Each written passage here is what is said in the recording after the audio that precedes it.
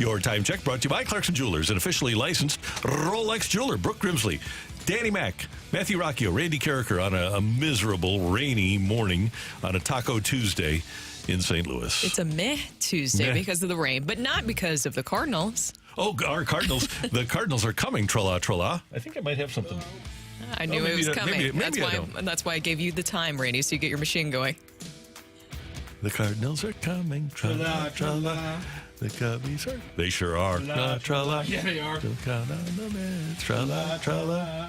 The Cardinals are coming. Tra-la, tra-la. Typical Cardinal baseball yesterday, a 6-0 whitewash. They got the clean sheet against the Washington Nationals over at Nationals Ballpark. Who won the, did Teddy Roosevelt win the race yesterday? I don't know. I think it was Washington. G-Dub? Yeah. Okay. Yes. G-Dub. Yeah. Your dog G-Dub. Yeah, so Cardinals win by a score of 6-0. An impressive performance by Miles Michael, a 6 1/3. He strikes out 3, doesn't walk anybody, allowed 6 hits. And we were talking before we came on the air here about how the Cardinals are so much fun because it's like going to Six Flags. It's like riding the Screaming Eagle when it's a Cardinal pitcher.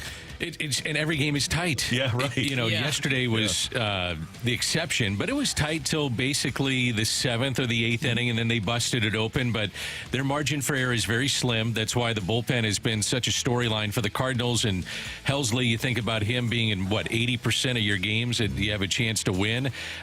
Their margin for error is very slim, but they're winning games, and give them credit where credit's due. Well, and it's nice when you have games like yesterday, though. Michael Ciani, talking about people getting credit, he deserves a lot of credit for what he's been doing defensively. We saw that he was able to catch, 2 balls there in the outfield, and what he's been able to do in center field, I think, says a lot about his ability. And I don't think, was anybody expecting this from Michael Ciani? No.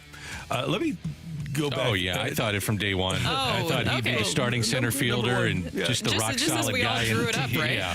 Not a chance. Sports is right place, right time. Danny, you remember Ricky Frazier went to SLU and then went to Mizzou. Oh, yeah. I thought he was going to be a great NBA player, but he wound up in the wrong situation in the NBA. And he never did much in the NBA. He was a talented guy. There are so many people. Matt Carpenter was thought of when he came up as a utility guy, and he winds up being a top 5 MVP player. You have to be in the right place at the right time and have the right circumstances occur. Kurt Warner is the best example ever, isn't he? Yep.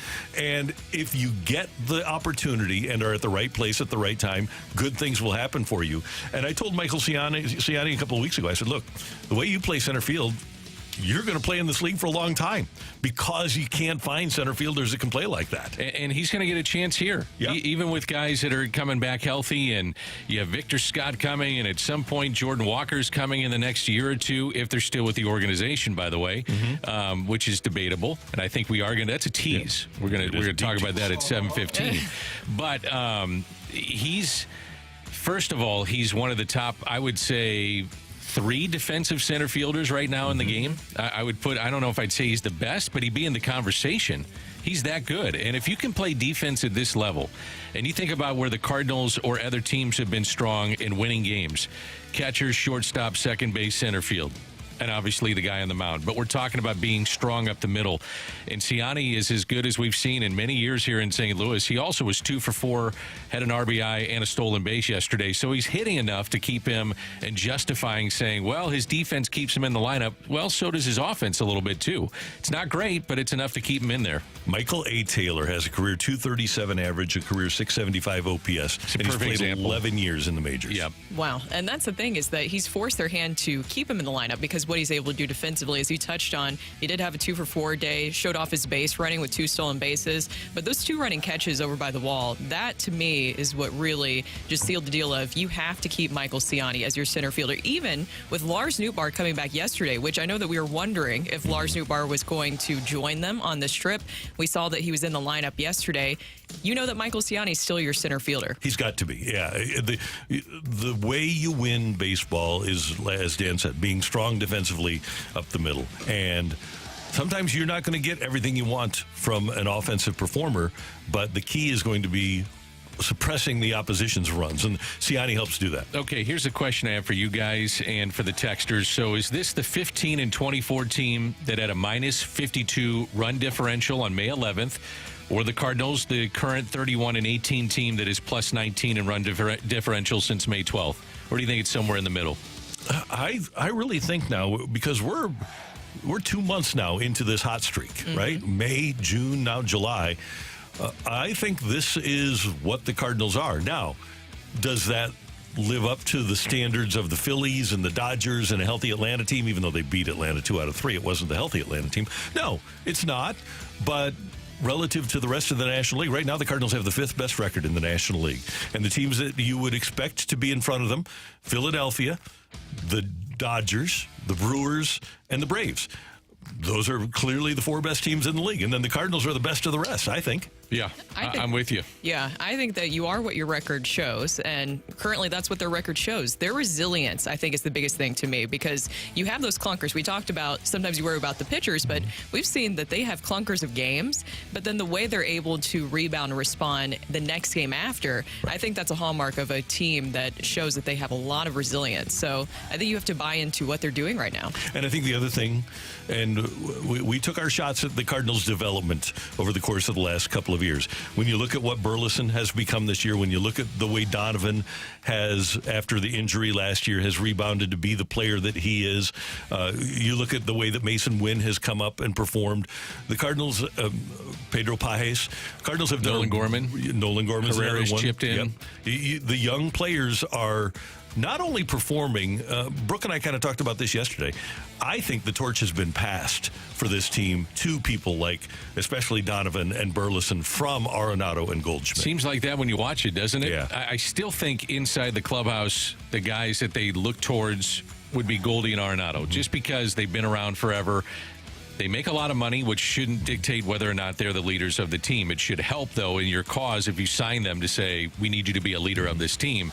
But I do think the torch is slowly getting passed to that next level of guys. And maybe some of the younger players, they feel more comfortable going against to a guy and saying, I'm going against a tough pitcher.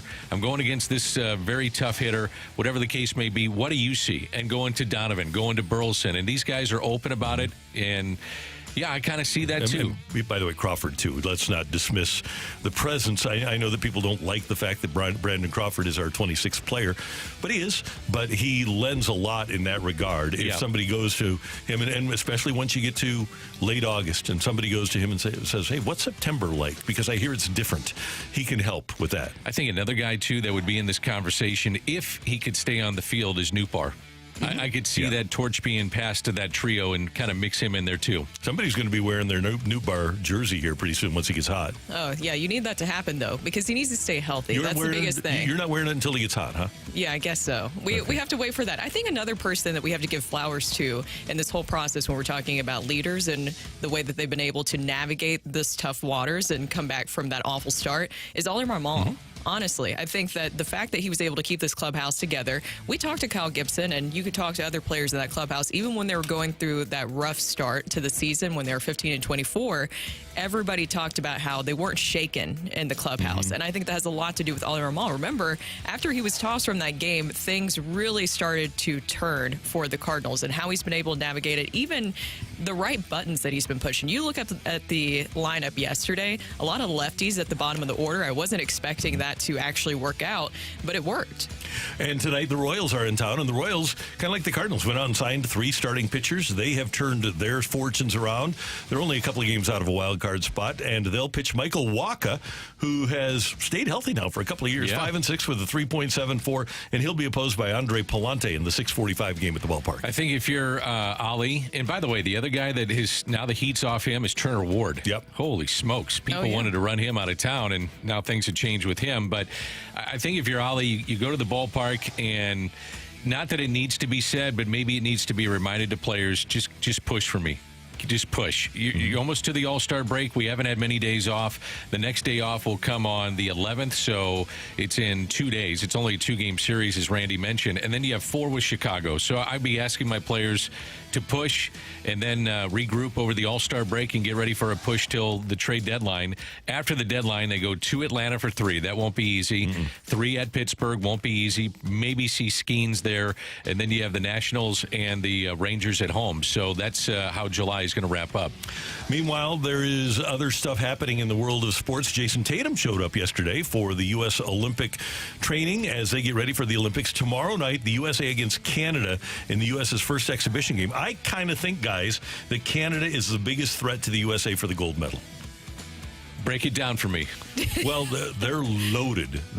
First of all, the USA is loaded. I mean, when you have... I haven't done my full evaluation here, Randall. I'm waiting for you to give me my tips here on where I should maybe, look towards for some friends to maybe put some money down. The Greeks are going to be pretty good, okay? But they've got Giannis. Mm-hmm. But if you look at the guys in Canada, Shai Gilgeous-Alexander, MVP finalist. Nickeil Alexander-Walker from Minnesota. He's great. Dylan Brooks, R.J. Barrett, Dwight Powell, Kelly Olynyk, Jamal Murray. They're just Andrew Wiggins. They're just loaded. That's pretty good. Yeah, they've got a good group. And Gilgeous-Alexander is going to be the key for them. And the other key for the USA is going to be staying healthy. You've already got a calf injury for KD. No surprise there. LeBron is going to be 40 years old. You're going to have other injuries. That's Joel Embiid's on your team. Of course, you're going to have injuries. So as talented as the USA squad is, and they should win, they could be held back by age and or injury.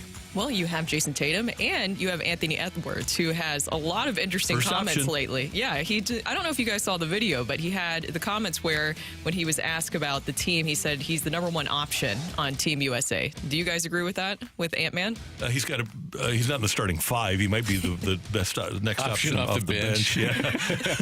The number one option off the bench. Yeah. I mean, that's true. But who takes the last shot? That's an interesting question. You're the USA, and you have 10 seconds left, and you have Steph Curry on your team, you have LeBron on your team, you have KD on your team.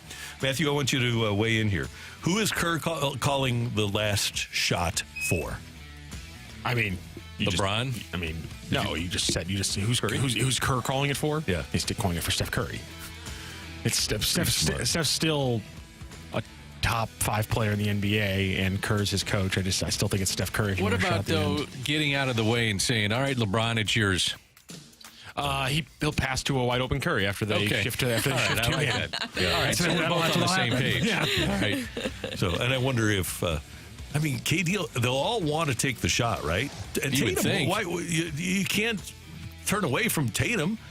Tatum's pretty darn good, too. Will you guys watch much of the Olympics, or are you more just like basketball? For me, it's basketball and golf. I will be interested in the other sports, but I don't know if I'll be fully invested like I am in the other two. I always say that I'm not going to be, and then somebody pops up and I'll watch swimming, right? Do you do the same thing? Oh, I'm the exact same way. I'll tune in for certain people. Like, of course, Simone Biles. Mm-hmm. I'll watch when she does her floor routine, or really anything that Simone does. Mm-hmm. But I'll watch basketball, and there will be things that pop up where I'm like, wait a minute, what is this? I like to watch the kind of random ones. Like, I found myself watching some steeplechase running videos the other day. Do you guys know what I'm talking about? And I was watching breakdowns of it, and I found myself like an hour later, like, why did I just spend so much time learning about steeplechase? But now I'm completely intrigued, so maybe I'll watch that during the Olympics too. PETA hate steeplechase? No, because it's humans running. Oh, I thought steeplechase was horses jumping. It's part of a track and field event. Oh, okay. So what's the one where the horses jump? You think it's equestrian? So everybody should go watch steeplechase. It's a part of running, all right? And then there's this little, it's like an obstacle course almost. Then there's a water pit that they have to jump over. But there's a whole technique where you kind of want to get one foot wet, but you're jumping enough. You don't want to fully exert yourself because there's several of these jumps. Yeah. Badminton is awesome to watch. I think Bruce Springsteen's daughter tried to qualify in equestrian. I'm being serious. Oh, really? And fell just short. Oh. I didn't mean it like how you would say it. Yeah, I know. You're thinking, oh, the horse fell off. I get it. I was trying to. I didn't mean it like that. I was trying to come up with something, and I'm just not quick enough. I know. So we're off and running here on 101 ESPN. And tomorrow, late game in Vegas for the USA and Canada. But that'll be fun to watch. Hopefully those guys are into it, and it'll be like watching a fun, really super talented NBA game. I'm watching basketball more than I ever have in the summer. I'm watching the summer leagues. I want to see LeBron's kid. I want to see some of the top picks that I watched on draft night. I'm watching the NBA in terms of getting ready for the Olympics. I'm watching women's basketball. I'm watching more basketball, and probably more right now than I did in the regular season. Guys, I was watching Memphis and Utah Summer League last night, Exactly. I must confess. I'm an idiot. By the way, Randy, what you forgot to say there is that she wasn't tougher than the rest. Oh. Oh. Get it? We'll do a little clap for that. There we go. That's what Randy wanted to do, but he just didn't have the song in his head. No, I didn't. Coming up here on 101 ESPN with Lars Nootbaar returning. What happens to the Cardinal lineup on a regular basis? That's next on 101 ESPN.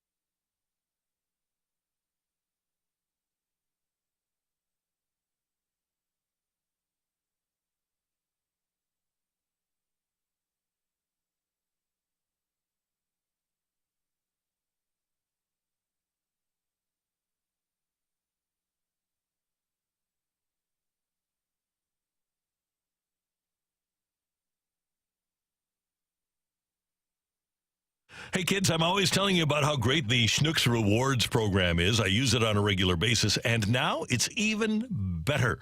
Schnucks Rewards are getting personal. They've completely refreshed the program, and it's added more personalized touches with new perks just for you.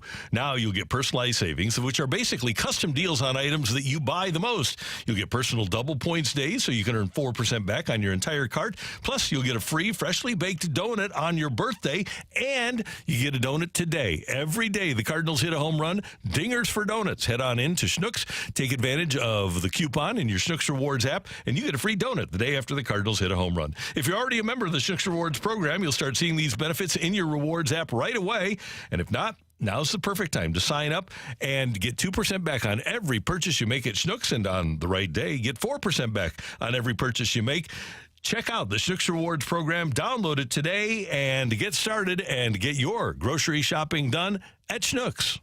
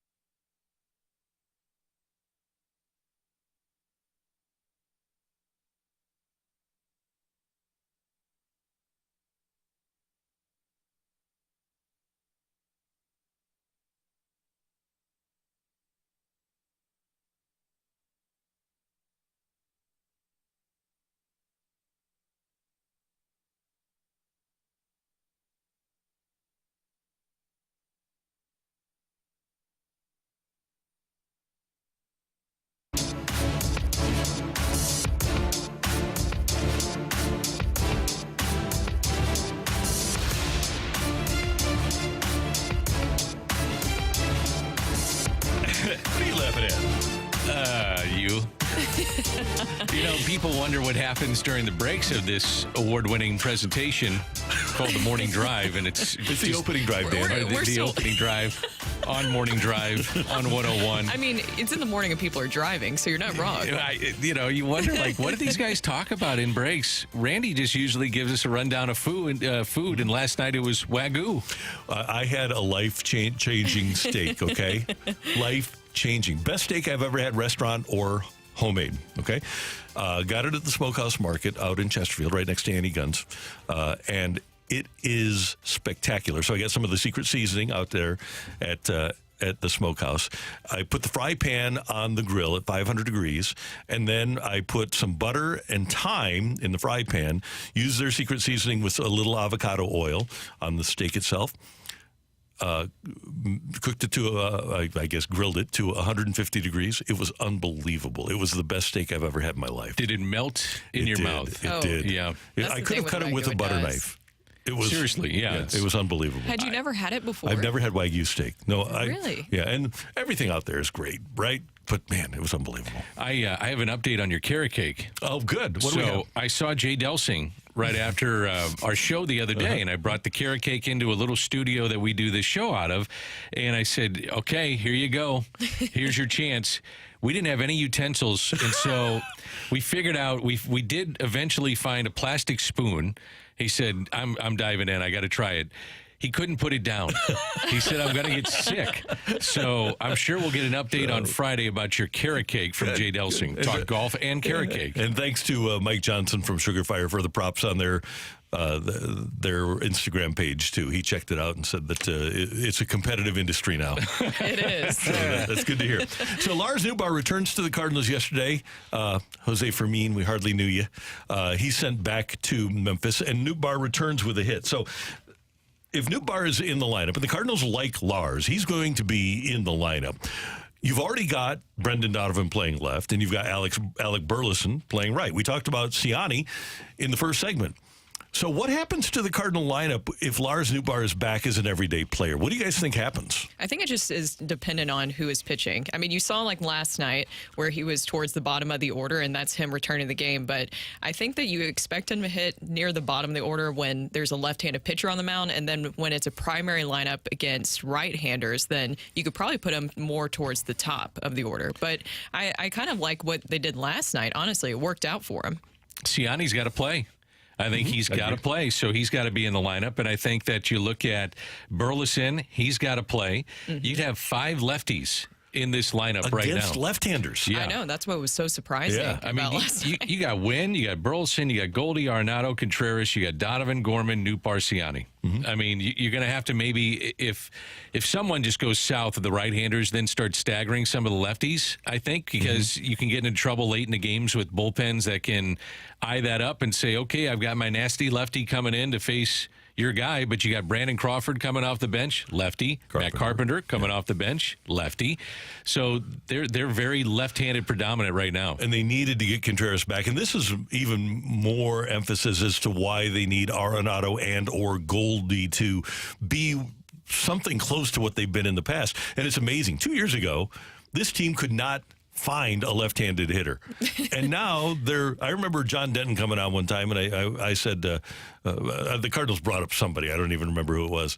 And I said, why is he brought up? And he said, Randy, can you hit left-handed? Because they need a left-handed hitter. Right. But now it's completely the opposite. And they need left-handed hitting. You need good left-handed hitting, and the predominance of pitching in baseball is right-handed. But as far as this is concerned, I think that number one, Nolan Gorman has kind of saved a spot here over the course of the last week or so. He's up to 210, and he's been really hot. Had a couple more hits yesterday, and so he's turned it on.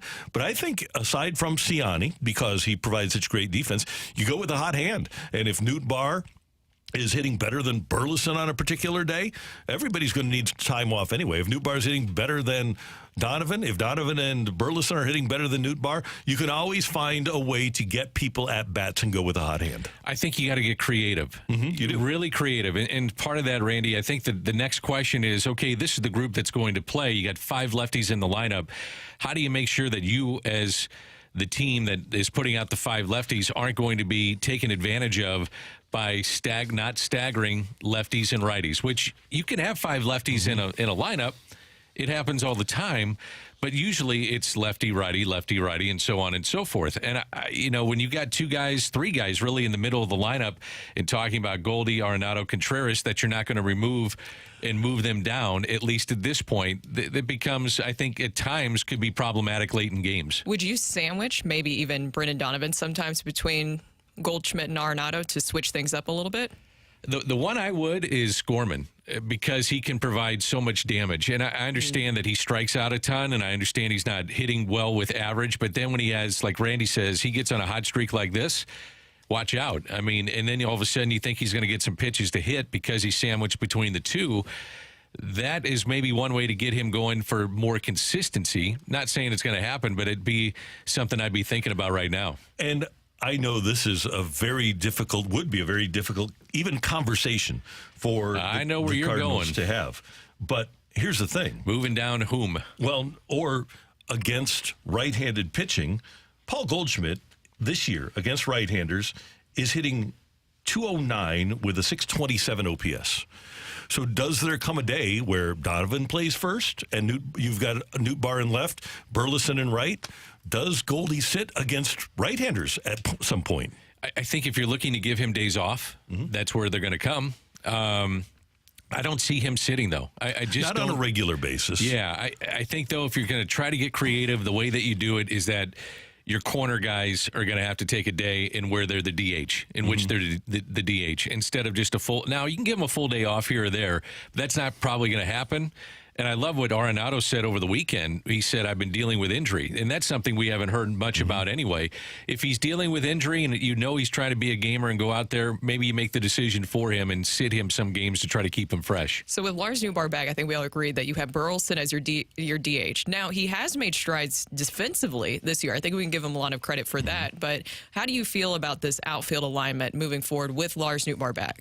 Well, your best defensive lineman is Nootbaar in right. I mean, he's a better player defensively than Burleson in right. So I like the alignment. I like it right now. Yeah, I'm fine with that too. I would hate with everything that Burleson has put into it, because I don't think that he's necessarily a negative anymore in the outfield. He was before, but I still think that he should be rewarded for what he's done. And that's one thing I would look at with him, too. And the Cardinals, this is where analytics does come into play. Is he a better hitter when he's playing the field as opposed to being a DH? Some guys just are. Yeah, some guys, that's just the way it works. I don't know how you do it, but Burleson's got to be in my lineup. Yeah. I agree. Every single day. So if you want to put him at first, you want to DH him, you want to put him in right, there's ways to be creative and keep him in the lineup. And then you have to be even more creative for the DH position when you have Ivan Herrera coming back, which he's completing his rehab assignment right now. So would you carry three catchers? There's a lot of questions as we approach closer to the trade deadline. I would not. And I would go to him. I'd go to Ivan Herrera, and I could be completely wrong about this. And I just say, look, one of the things that you've got to get better at, and it's a do or you either do or you don't in this league. But we got to have you better defensively because you're a liability. And so then the question becomes, is your bat good enough to carry you in the major leagues? They've got some bats. I'm not sure that would be the right way to do this. And you continue with his development, playing every day, and being a better defensive catcher. Well, and they're so lucky that they have somebody who's so available like Yadier Molina, who can just go down to Memphis, spend a couple of weeks with him, and work with his cat. Why are you looking at me like that, Brooke? I'm just looking at you, Randy. I mean, he's a special assistant to the president of baseball operations. You just make the phone call and say, Yadi, we need a couple of weeks with you at Memphis so that you can help out Herrera. Doesn't that happen all the time? What do you think Yadi, and a serious question, do you think Yadi is like FaceTiming with guys and talking to them? I do. Boots on the ground is different because he can sit there and look at it and say, hey, your feet are this. Here's how you pop up. Here's what you're thinking. By the way, this is what I would call during this game. There's a lot of things that you can do with boots on the ground. As of a couple of weeks ago, in terms of the major league staff, there wasn't much communication, if any. That's not good. Yeah. Yeah. I don't like that. No. Well, you might need a catching instructor then. That'd be a good thing to have. A minor league catching instructor, the guy, Dave Ricketts, Mike Matheny, we've had them back in the day. Might be a good thing to have when you've got two of your top 30 prospects are catchers and you've got a minor leaguer that you like the offense of that can't really throw. Well, immediately he'd get your respect, wouldn't he? If Yadi walked in the clubhouse, everybody, whoa, there's Yadier Molina, okay. And then if you're Ivan Herrera, you better be at his hip. Yeah. But you got to get him there first. Right. He's got to be in person to do this. And you think about, though, what they could do. You look at the way he mentored Carson Kelly, and now Kelly has become the major leaguer that he has become. Andrew Kisner. Yeah, Andrew Kisner. There you go. There's another one. I'm not sure there was a lot of give and take. I think there was some, but maybe not a ton. This was Joe Montana, Steve Young, I think. A little bit of that, I think. Yeah. But there was some. Brett Favre, Aaron Rodgers. That's Brooke. That's Dan. I'm Randy. Coming up on 101 ESPN, Jordan Walker's kind of scuffling down in the minors. And Katie Wu has an interesting quote in her mailbag at The Athletic. We'll read it to you and then find out if the Cardinals should change their stance on Jordan Walker next on 101 ESPN.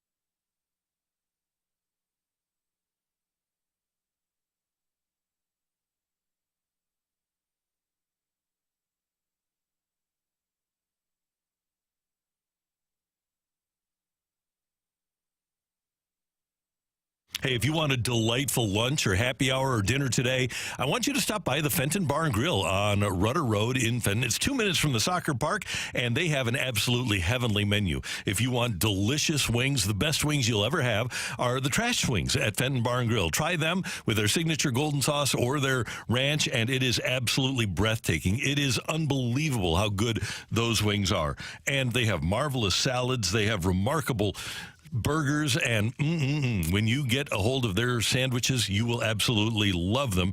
And at Fenton Bar and Grill, they have a fantastic staff. Stop by and say hi to Kelly, the redhead, and the new Kelly as well. Plus, Megan is going to be there for you, and Casey, the whole gang is so friendly and so fun. And when you tell them Randy sent you, you'll even get a little bit more because they love the fact that I and they are partners, and it's fun to be partners with the Fenton Bar and Grill. I love it.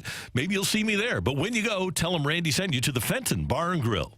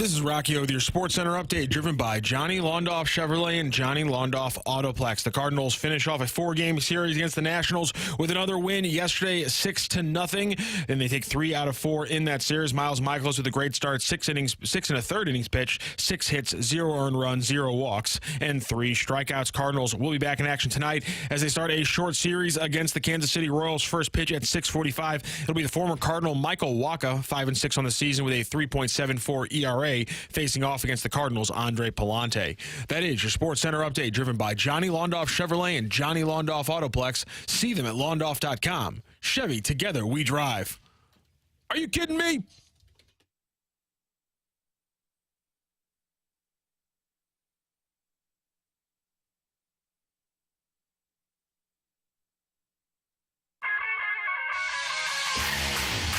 Our friend Katie Wu at The Athletic wrote in her mailbag about what the Cardinals might be considering at the trade deadline at the end of this month. And one of the things she wrote is, quote, I think the question is if the rising success of some of their projected role players, such as Michael Ciani and Burleson, changes the organization's thoughts on other players once considered untouchable. Does Ciani's play as a top center fielder in baseball this year change how the club views someone like Victor Scott II? How do they view Jordan Walker, who has spent over 2 months in AAA? Well, neither player is on the Major League roster. Those prospects have Major League service time, and both were thought to be key pieces of the team's future.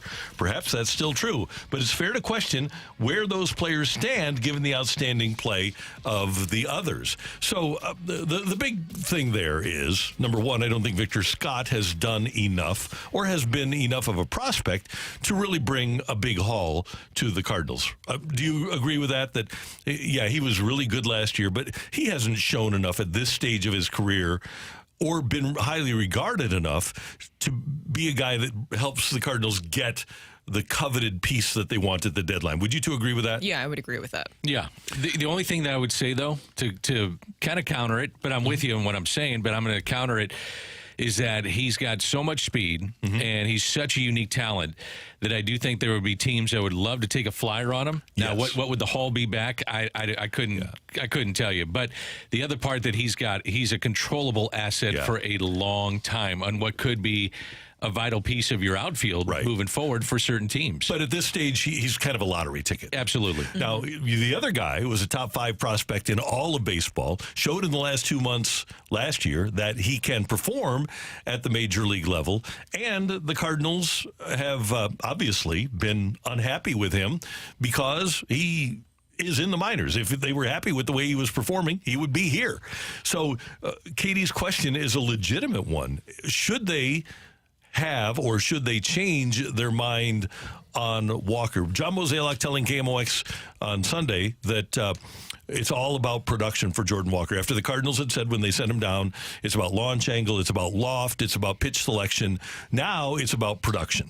Wouldn't you be gun shy, though, if you're John Mozeliak, and with the trades that you have made concerning outfielders, human nature, wouldn't you be gun shy to give up on him? Me personally, there's no way I would let him go at this point in his career. He's still so young, and the upside is just so great. Just human nature. I'd be so hesitant to move on from Jordan Walker. I just would be. He's 22 years old, too. And that's the thing, is that it takes time to develop. You don't like to see what's happening, of course, but what does he have now? A 686 OPS and 53 games in Memphis currently. So things are not going well for him. But I just have to wonder, too, him trying to battle through the adversity, even mentally. I mean, being sent down when you thought you were going to be a part of the team. We know that he was supposed to be a big part of this equation in the outfield to begin the season, and things did not go well because of his performance on the at the plate. So I just think that you can't give up on him just yet. I understand what you guys are saying, and I don't disagree.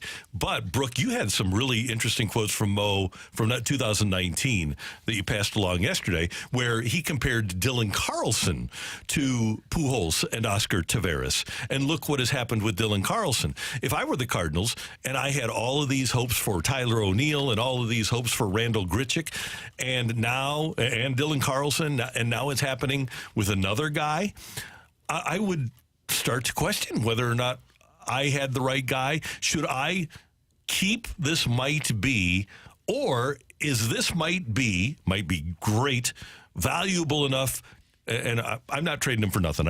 He's not going to be a guy just to get rid of. But if I can get something of value that can help me win in 2024, I have to consider it. I don't think we're asking the right question. And so the Cardinals are 48-42. And 2 years ago, they won 93 games, and they had this record at 48-42. It's a 10-game improvement from last season at this point. To me, the question is, if you traded Jordan Walker and got that piece, are you still good enough to move on in postseason play? And right now, if you take a look at this team, the way it's performing, and you take a look at the last 4 full seasons of baseball in the National League. Just get in. Get in. Yeah. And if you can get a front-of-the-rotation starter, then anything's on the table. It's got to be, though, controllable years. I agree. You got to have, I mean, that's the one thing that's not talked about a lot when you make a deal is that you have to have controllable years coming back. And that guy you have coming back could be a stud.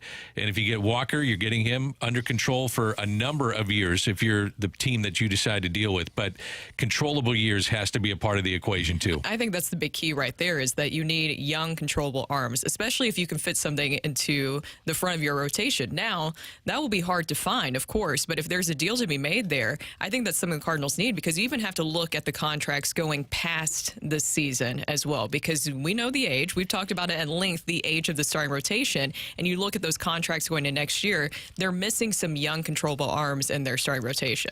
All right, so let me just throw a name out there, and I'm not throwing this out there because Jim Bowden and other people have thrown it out there as well. What about Tariq Skubal of the Tigers, who will have, at the end of this year, 4.1 years of service time. He'll be a free agent in 2027. This year... He's been great this year. He's been sensational. He's 10-3 with a 2.37 in 18 starts. He struck out 132 in 110 innings. He is, let me get his age here, 27. He'll turn 28 on November 20th. Is that the sort of... And he's left-handed. Is that the sort of... I'm sorry, left-handed pitcher. Is that the sort of guy that would intrigue you enough so that you'd look at it with Walker? Here's the other thing with Walker. Now, I'm not sidestepping your question. You also have to believe in what you have on your major league roster. Mm-hmm. So are you believing in Burleson and what you're seeing? Are you thinking that Lars Nootbaar can be there every day?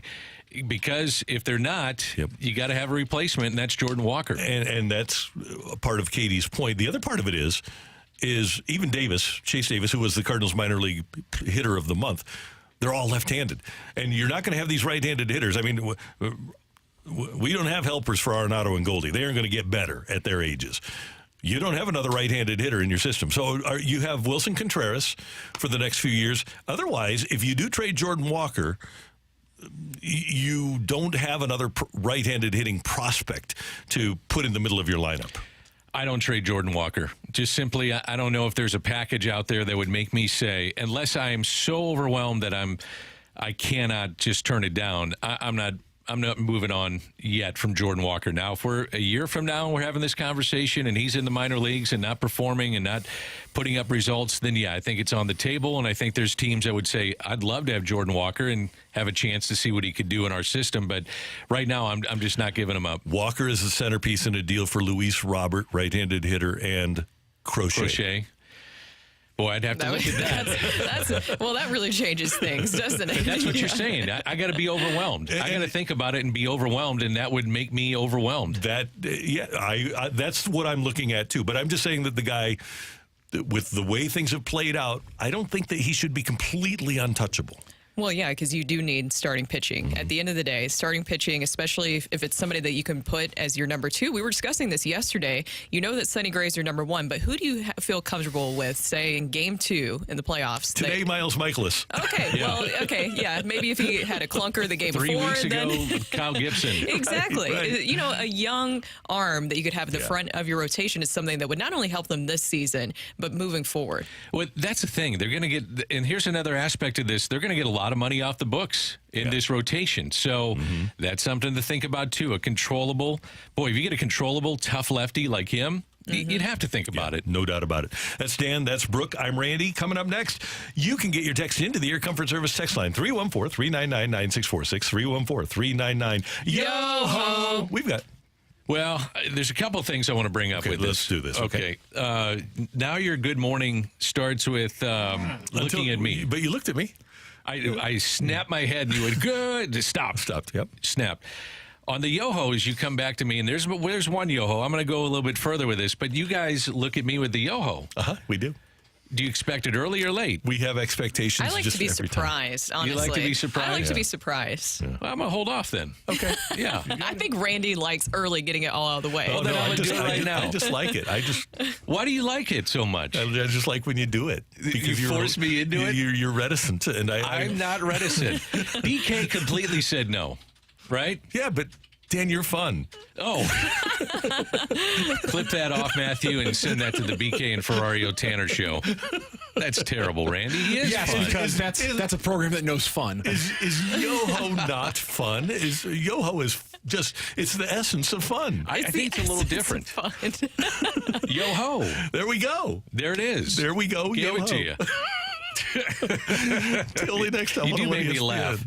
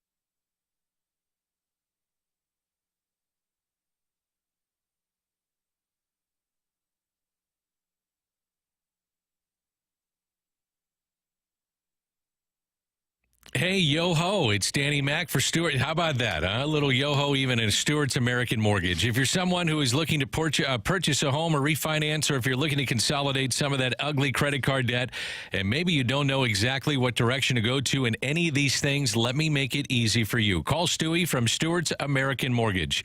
He's going to help you every step of the way. If it's a new home you're looking to purchase, he'll get you to the closing table fast. You're asking how fast, Danny Mac? How about 10 days? And he'll get you the best interest rate possible. He also has the bagel loan that can help you out too. So what's the bagel loan? If you borrow $200,000 or more, there's no underwriting fees, no appraisal fees, no title fees, no lender fees, and no closing costs. Stewart is your guy. He makes it easy. Any questions on rates, the industry, the trends, give him a call. Here is his personal cell phone, 314-324-4440, 324-4440, or you can Google the Bagel Loan. NMLS number 226715.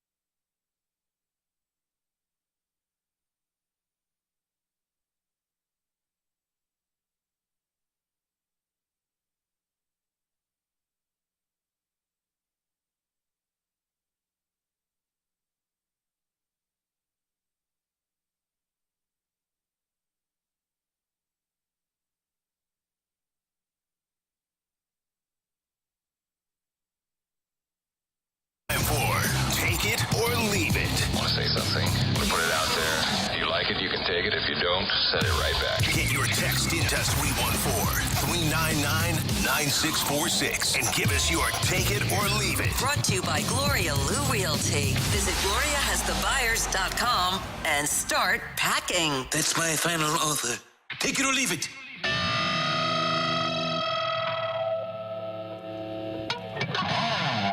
Time for Tioli on 101 ESPN. Brooke, Dan, Matthew, and Randy Kids in a surprising turn of events.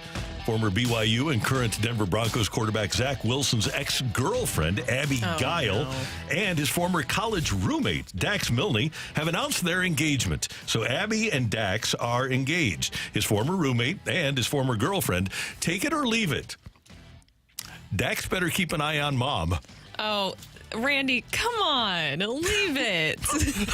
Maybe that was just like an angry ex-girlfriend that started this entire huge rumor. But no, I'm going to have to leave it. It's a fun rumor. It's all he's known for now. I know. What's wrong with you? What's wrong with you? Oh, man. BYU, too. Oh, no. Yeah, that kind of adds a little to it, doesn't it? Yeah. Adds some more to that story. Yeah, they got stuff going on, man. I guess congratulations to everybody. To Question everyone. mark. You can hide your moms from Zach Wilson now. He's getting married. Anyway. I don't know. I don't know. All right. So I'm actually going to give credit to somebody who texted this earlier when we were talking about the Olympics. Take it or leave it. Pickleball should be in the Olympics. Oh, 100% take. And of course, you guys know I love pickleball, but I am surprised that it's not. What did you say, Rocc? What happened to your crusade about it taking over the sport you loved, including one that gets all the shine during the Olympics in tennis? What happened to you? I was hoping somebody would forget that I was upset about pickleball first. You were a crusader! They're taking our courts away! Because they were. And so here's the thing, though. Now you have facilities where it's just dedicated to pickleball, and I've started playing, and I enjoy it. So I'm all about pickleball now, as long as it doesn't take over all the tennis courts. Let's separate a little bit. I do play at Forest Park, and they have certain courts that are for pickleball, and they even have some on the tennis courts where it's lined. But, it's fine. I love pickleball. It should be in the Olympics. I'll take If breakdancing is in the Olympics, pickleball should be in the Olympics. Would you try out? Oh, well, no, I'm not good enough for that. You might be. You never know. No, I just like playing for fun. Okay. I mean, Mark Bolger went to bobsledding or whatever it was, didn't he? Yeah. Curling. Curling, yeah. So you can, whatever it is. I don't know what the hell he did. I know it was cold. He got John Candy together. It was a great movie. I'm telling you. He's got a curling bar in Nashville. Is that right? Yeah. That's right. We had him on the air. I should have remembered that. Yeah. All right, take it or leave it. Paul Skeens, without a doubt, should start for the National League in the All-Star game. 100% take, without a doubt. Yeah, take it. He will be on normal days rest, too. And if you're trying to get eyeballs into the game and promote your stars, this is one of the big young stars in the game. Just makes sense. He should start the All-Star game. Was it 84 or 85 when Dwight Gooden started? 85. It was unbelievable. It was awesome. Yeah. He was must-see TV if you're a baseball fan. Yeah. Mm-hmm. Yep. So, yeah, Skeens should be the guy. And by the way, did you see the sweet Livy Dunn video that she made? She welcomed him home with a deep dish pizza and the balloons after he made the All-Star team. Sweet. It's very sweet. Yeah. Adorable. Cute. Hashtag cute and adorbs. Adorbs. Does it get an adorbs? Oh, it gets an adorb. No, it doesn't. It's just adorable. Adorbs is more like Randy's wedding stuff. I mean, that's absolutely adorbs. Oh, thanks. Matthew, what do you got there on the text line? Take it or leave it. The National League Central is now a two-team race. Ooh, that's a good question. I'm going to take that. I'm going to leave it, especially with the Cardinals after the All-Star break facing Pittsburgh. If they go there and they don't play well, then Pittsburgh's kind of... I like the Jones and Skeens. I think are going to keep them in this thing, and at least in the conversation. So I'll say 3 teams. Is I think Jones that's up fair. for... what's he got? I didn't see that the other day. Let me rephrase that. I did see it, and I can't remember what he's got. So, But he's going to miss a little time. yeah. But they've got, that O'Neal Cruz, man. He's pretty good.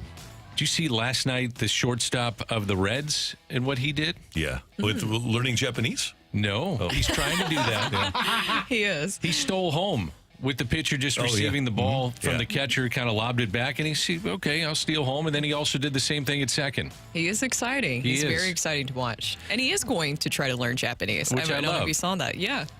Jared Jones is on the 15-day shutdown after being diagnosed with a grade 2 right lat strain. That's never good. No. Nope. Take it or leave it. After 8 scoreless, fans give Rocc a standing ovation, and the East Coast sports media loses their mind again. I'll take it. Take that in a heartbeat. Yeah.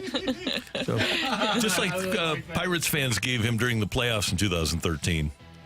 Yeah, they did do it. Yeah. He had a no-hitter going in the postseason game that was an elimination game in Pittsburgh, and he had a no-hitter deep into the game. And the Pirates fans gave him a standing O as he left the field. Yeah. That's a nice thing to do. It is. It's the right thing to do. That's an East Coast city, by the way. Yeah. Pittsburgh. Yeah. They would never do that in the I think East they Coast. just like to make fun of when St. Louisans do It's it. because we have the BFIB. Exactly. Take it or leave it. Cherry pie is better than apple pie. Leave it. Love cherry pie. Apple pie's better. I actually like cherry pie better. I would I'll not take turn that. down a piece of cherry pie. I've never had a piece of cherry pie. What? How about apple pie? Yeah. It's got to have hot ice, or it's got to have ice cream on it, though. Ice cream. Can't get past that you've never had cherry pie. Wait. Dan, I learn more about you every single day, especially with your scary. food. You have never had cherry pie. Never Why? had Do you it. like cherries? I've never had a cherry. What? Yeah. Excuse me? Wait. My brain's broken? I don't. Red orbs. He doesn't mess with. He doesn't eat red orbs, guys. Tomatoes, cherries, just nothing. Yeah. No red orbs. What is going on here? Why do you not like red orb fruits? He would have and really vegetables? struggled in Da Vinci Code. It sounds like it's great, and maybe I'll try some today. I probably need to try a cherry, and Just casually after you've never tried it your entire life. Now we have to go find you the best cherry ever. it sounds like it would be delicious. I make apple pie with Honey Crisp apples, sweet apples, and cinnamon and sugar. It's delicious. It's great. I like it when it's hot and you got to put the a la mode on it, you know? Nothing Raw wrong with ice that. cream. Yeah, nothing wrong with that at all. Take it or leave it. The Cardinals should prioritize pitching with their 7th pick in the draft. Leave it. I'm going to say take the best athlete available. If you have the 7th pick in the draft, get the best player that you think is there. Yeah. Doesn't matter what he agree with plays. you on that one. I'm going to leave it. I'm going to say pitching because you have so many coming off the books with a high pick can raise themselves through the system very quickly and rise, and all of a sudden you got a major league pitcher with cost control. So I'll go pitching. Okay. So you're going to take it, actually. Yeah, I'm going to take that you should take a pitcher. Okay. Yeah, Pitching and more pitching. absolutely. Pitching wins. Take it or leave it. The Cardinals need to find a way to get Luke and Baker going up in the big leagues. Oh, take it. Luke. Who said that? Is it the same person? Yeah. One of the texters. Oh, He's, Who's on a crusade similar to Brooks' pickleball crusade. exactly. Yeah, he's Luke and Baker, man. He can play in the minors. What position? In the minors. I noticed you said that. I did. In the minors. Yeah. If Luke and Baker was a player, he'd be here already. Mm-hmm. And that's no disrespect to him, and I know he's put up power numbers in the minor leagues, but if they thought he could be here and help, he'd be here after the numbers that he's put up. Yeah. 627 OPS last year in his opportunity, and not much of an opportunity at the major league level, but he is he's kind of a 4A player. Exactly. Well, last year they gave him a little bit of a shot. Mm-hmm. Why not see what he's got at the major league level? Mm-hmm. But with the peripherals that they have and analytics and sabermetrics, they can take a look if that would translate to Major League Baseball. Sometimes you miss, but, at this point in his career, with the home runs that he's been hitting, if they thought he was going to be a Major League player, he'd be up here right now. Yeah, he does have a 905 OPS, 238 average, 905 OPS, 25 home runs down at AAA this year. Take it or leave it. The Cardinals winning the division plus Mizzou making the college football playoff is a parlay at plus 1,300, and it's looking good. I'll take it. I'm going to take that. Yeah. Win the divisions. What's the Mizzou thing again? Making the playoffs? Mizzou's making the college football playoffs. 12th. The Cardinals is winning the division. I like want to it. know what the parlay is for Cardinals playoffs, Mizzou playoffs, because I'm a little bit worried about the Cardinals being able to just actually pass the Brewers. They're only 4.5 back right now. I know. But at plus 1,300? But plus 1,300 is a nice little $20. parlay, yeah, right? Why not? I mean, the Milwaukee Brewers are starting Dallas Keuchel. Yeah, right. He's throwing 88 miles an hour. They've gone through 15 starters, I think, 16 starters. They're one shy of the all-time franchise record for amount of pitchers that have started a game. Amazing. And we're not even at the All-Star break. Take it or leave it. Remove your St. Louis bias. Okay. Ted Williams over Stan Musial. Leave it. Leave that. Yeah. Yeah. Did you remove your bias? No. Okay. The bias was not removed. Just honest. Yeah. Taking nothing away, Sam Musial was a career .331 hitter. Ted Williams, who had more power, granted, he had, 527 home runs and had missed a couple of years because of service.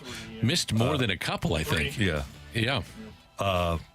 So he's a career .344 hitter. He was a 2-time MVP. Musial was a 3-time MVP.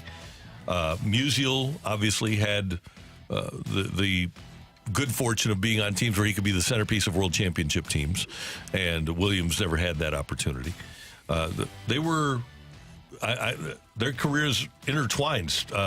Williams came up in 39, Stan came up in 41. Williams ended in 60, Stan ended in 63. I don't think that it's too far off base to, if you look at it objectively, to take Stan Musial over Ted Williams. Can you go wrong with either one? No, you can't. No. So, yeah, my card's bias, is in here a little bit. I go Stan the man. Maybe because of how Stan was with the media, Stan was with children, Stan was great with the fans. Man, that's my bias too. If you're taking away the bias, a 40-point lead in OPS plus across the I entire don't want to talk career about it. is a significant point in favor of Mr. Ted Williams. Is all I'm going to say. A 191 career OPS plus stands Where like did a he play his home 160. games? He played it in Fenway Park. So he just hit that little sinker over the Green Monster. Just blasted it off the Green Monster for double after double after double. Yeah. I think it's amazing how some of these players came back after their service to our country and were able to hit. Yeah, It's that's like a good some of point. these guys could just walk out of bed and say, I can hit, took a year or two off and hit Major League pitching. That's amazing. My favorite interview I ever did was with Ted Williams. I didn't know that you interviewed him. So he was brought in for a card show one time. I must have been 24 or something. And I read multiple books about Ted Williams, and I read about what a jerk he is. And I knew all about him. And I did this interview, and I'm thinking I'm going to have him for 5 minutes. He talks for 25 minutes. And we get to the end, and I said, one last thing. I read all this stuff about how you treated the media in Boston and you weren't friendly to them, but you've been great with me. Have you mellowed? He said, hell no, I haven't mellowed. I just was that way to those guys because they didn't know what the hell they were talking about. You know baseball. So to have Ted Williams tell me I knew baseball was kind of like the thrill of my life. Do you still have that interview? I don't think I do. Dig it up, man. And I might have it somewhere, yeah. Bring it Yeah. on let's play it on the air. Yeah, I might have it somewhere. Well, That when would you're be talking awesome. about, on the cassette. On a Man, that's cassette a tape. throwback. Yeah. I wonder if kids these days would even know what that No is. idea. But to your point too about what they had to deal with going to war and Ted Williams coming back after that, I think that definitely hardened. But also just all the different things that they went through during the time. For sure. I think that's another reason why he had that very hard exterior. Yeah, and by the way, those were prime years, his years 24, 25, and 26 years that he missed 43 through 45 with military service. You have to find that interview. I'll see if I can find it. I've got a box full of cassette tapes. I don't have a cassette player at the moment, so I'll have to find one on Amazon or something, but I'll find one. And Will see you if- please do that? I'm being I'll dead look for it, serious. yeah. I'll Okay. see if I can find it. Coming up next year on 101 ESPN, has Max Scherzer forgiven Mo? That's the start of the Cardinals are looking for. That's next on 101 ESPN.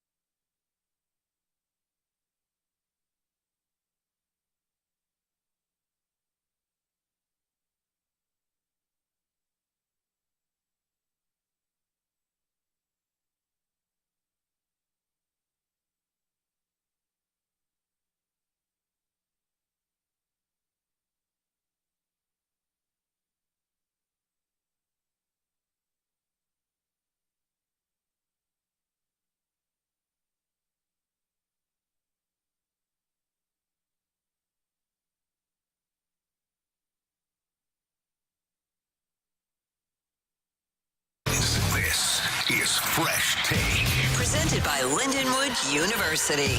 Real experience, real success.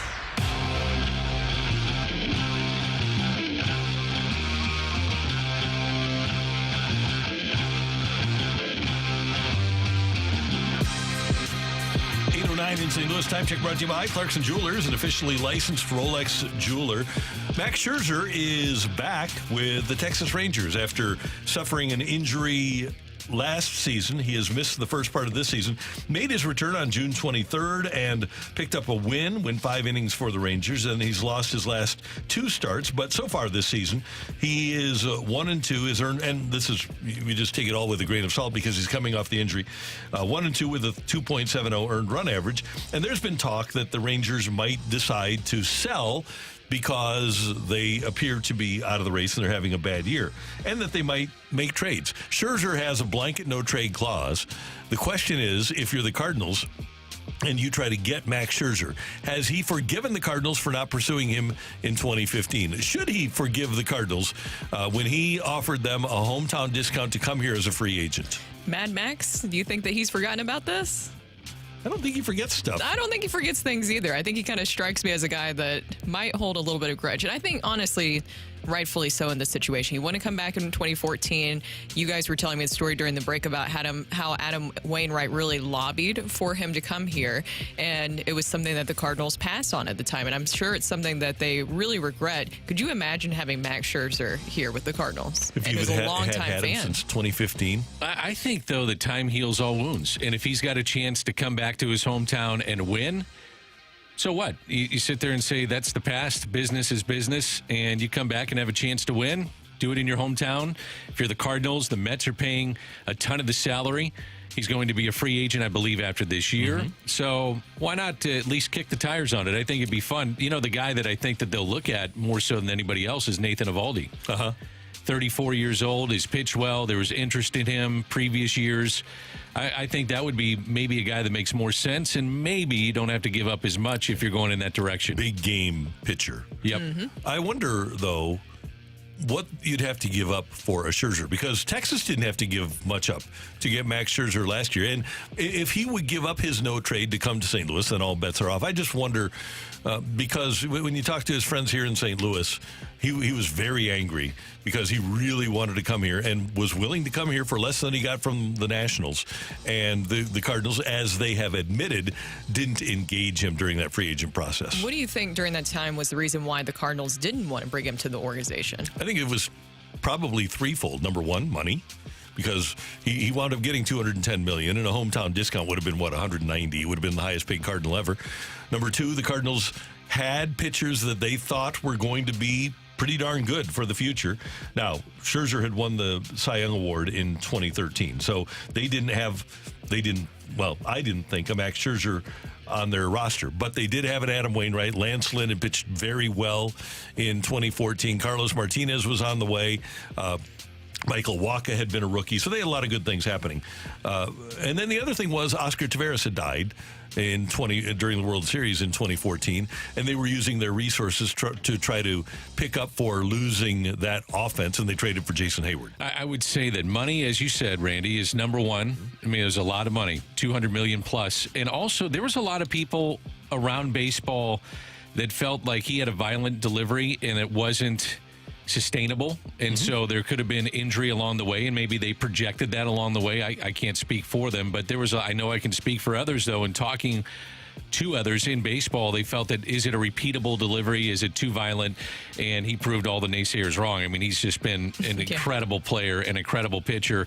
I think he still has the highest WAR in the history of the Nationals as a pitcher. Wow. Which is incredible to consider just how good that contract turned out to be for Washington. If you're the Cardinals, you say that Eovaldi would be the guy. For me. Yeah, but would Max Scherzer move the needle for the Cardinals enough to get them into the conversation about going to the World Series from the National League? If you had Scherzer to this group. Big game pitcher. Big game pitcher. Yeah, I mean, it changes a lot. And I think the way that he would give you a boost inside that clubhouse to say, all right, our franchise, our ownership is going for it. We've got a big game pitcher, and we've got a guy that we would anticipate, even though he's coming off a pretty serious injury, just getting better and better and better, knock on wood, as long as he stays healthy. I thought it was very interesting that you brought up Nathan Eovaldi. I think that would be a great idea for the Cardinals if they're able to pull that off. I know we're talking about Scherzer here, but I was a big fan of Eovaldi even going into last season before the Rangers, and then we saw what he was able to do for the Rangers. Yeah, he is another big game pitcher.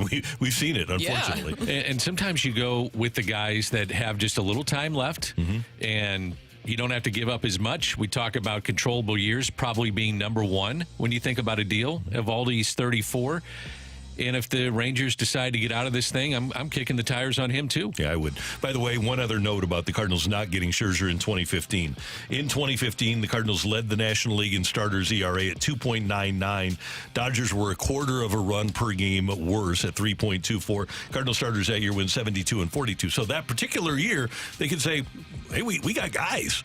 They were pretty darn good. They won 100 games in 2015. Is he still the guy, though, that you have to give up a ton to go get? And I don't think that that's the case anymore. I think people look at it as he's on the back end. He's probably not the 8 to 9 inning pitcher that he used to be. Might be, probably not. And are you getting a guy that's done, or are you getting a guy that has one more great burst of what the magic is of Max Scherzer? And that's one place where Goldie and Arenado can help you out. If Mo goes to those guys and said, hey, give him a call, tell him we're interested, because maybe he gives up his no trade for the Cardinals and maybe not somebody else, so you can get him for even less. That is today's Fresh Take here on 101 ESPN. Coming up next, if Nolan Arenado's peripheral numbers continue to slide and Paul Goldschmidt returns to a semblance of his old form, what do the Cardinals do? That's next on 101 ESPN.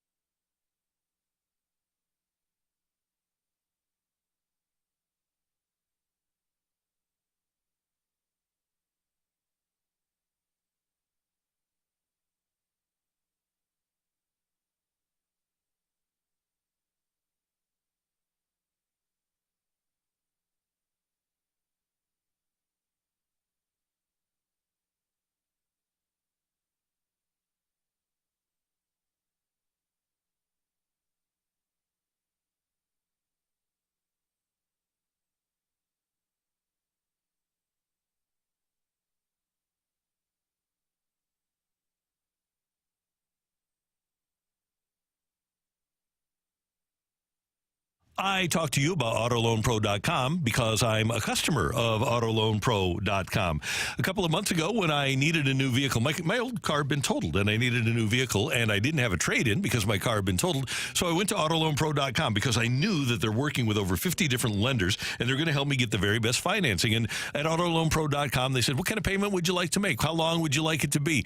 And they found me a perfect loan, and as a matter of fact, I was able to Find my vehicle at autoloanpro.com. You know, it's not easy these days buying cars that are so expensive. Go to autoloanpro.com, download their playbook, find out what they do, and you can get a great deal, and you can get a great deal on your financing. And even if you're getting a car from another dealer, go to autoloanpro.com because that dealer might give you a couple of different options for a loan. Autoloanpro.com is going to give you a lot of different options. If you can make a payment, Autoloan Pro is going to put you in a vehicle. It's that simple. If you're financing a car, there's one thing to know. Choose the Auto Loan Pro at autoloanpro.com.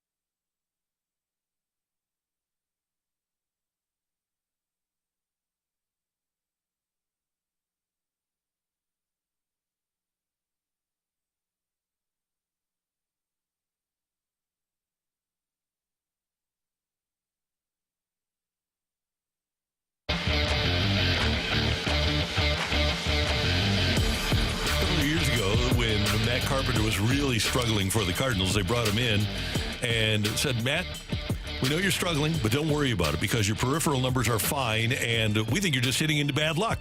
And as it turned out in the second half, that was the case, and he wound up hitting.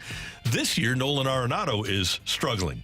But among third basemen in the majors, Nolan Arenado is 27th in average exit velocity. He has barreled 8 balls all year long. For comparison's sake, Rafael Devers of the Red Sox has barreled 32. Austin Riley of the Braves has barreled 31. Ryan McMahon of the Rockies has barreled 30.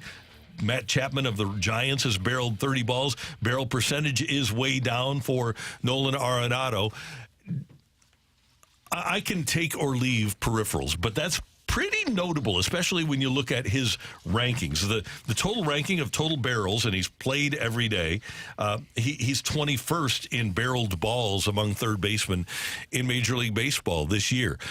Do you keep going down the road with Nolan Arenado despite those numbers, or do you look at him at the All-Star break after you get to 100 games and talk to him about his health, as he's mentioned, and say, we need to get this straightened out? Like you did with Matt Carpenter on the other end of the spectrum, do you say, okay, this is not good enough. There's got to be something that gets fixed here. I feel like you even have to wait till after the All-Star break because you have the two veterans with Nolan Arenado and Paul Goldschmidt, and you know their abilities and what they're able to do. We have seen Nolan Arenado, his numbers have improved a little bit lately. The power is still not there because he's sitting at 7 home runs, but I feel like because of who they are, that I would see after the trade deadline, or not the trade deadline, excuse me, the All-Star break. You mentioned, Dan, this past week in the quote that Nolan Arenado had. I think health has been a big factor in what we've seen with some of his struggles early on this season. Yeah, and I think that's part of what's going on, if not the main reason as to why he hasn't had success. He's not pulling the ball all that much, and that is not him. And that tells me, because I don't believe that this is the drop that he's had. I don't believe it's age. I think a lot of it maybe is a combination of some age, but some injury. And I give him credit for playing through whatever that ailment is. But through Sunday, guys, he was 9 for his last 18. 3 of the balls were pulled, 2 were straight away, 4 to opposite field. So maybe he doesn't have to be a home run hitter, even though you're paying him a lot of money to be a home run hitter. But this is who he is this year. And we don't know the ailment. We don't know the injury. We don't know what is making him not able to pull the ball. But I think you live with what you've got.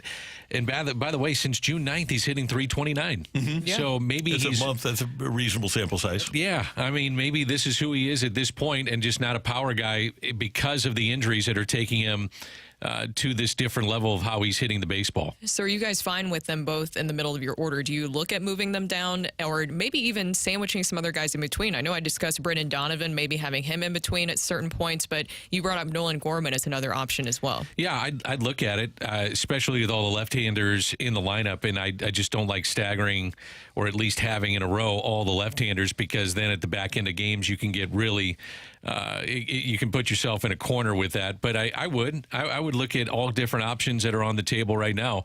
Goldschmidt, by the way, is just, when I watch him, he's being attacked earlier in counts than I could ever remember. I mean, they're trying to attack him with strike one on an 0-2 count. So when he falls behind on an 0-2 count, he's hitting 156, which is going to happen in Major League Baseball. They're going to carve you up. 1-2 count, he's hitting 200. 2-2 count, he's hitting 143. 3-2 count, he's hitting 071. So pitchers are noticing that. The league is noticing that, and they are attacking him. When you watch the game tonight, they're going to attack him with strike one.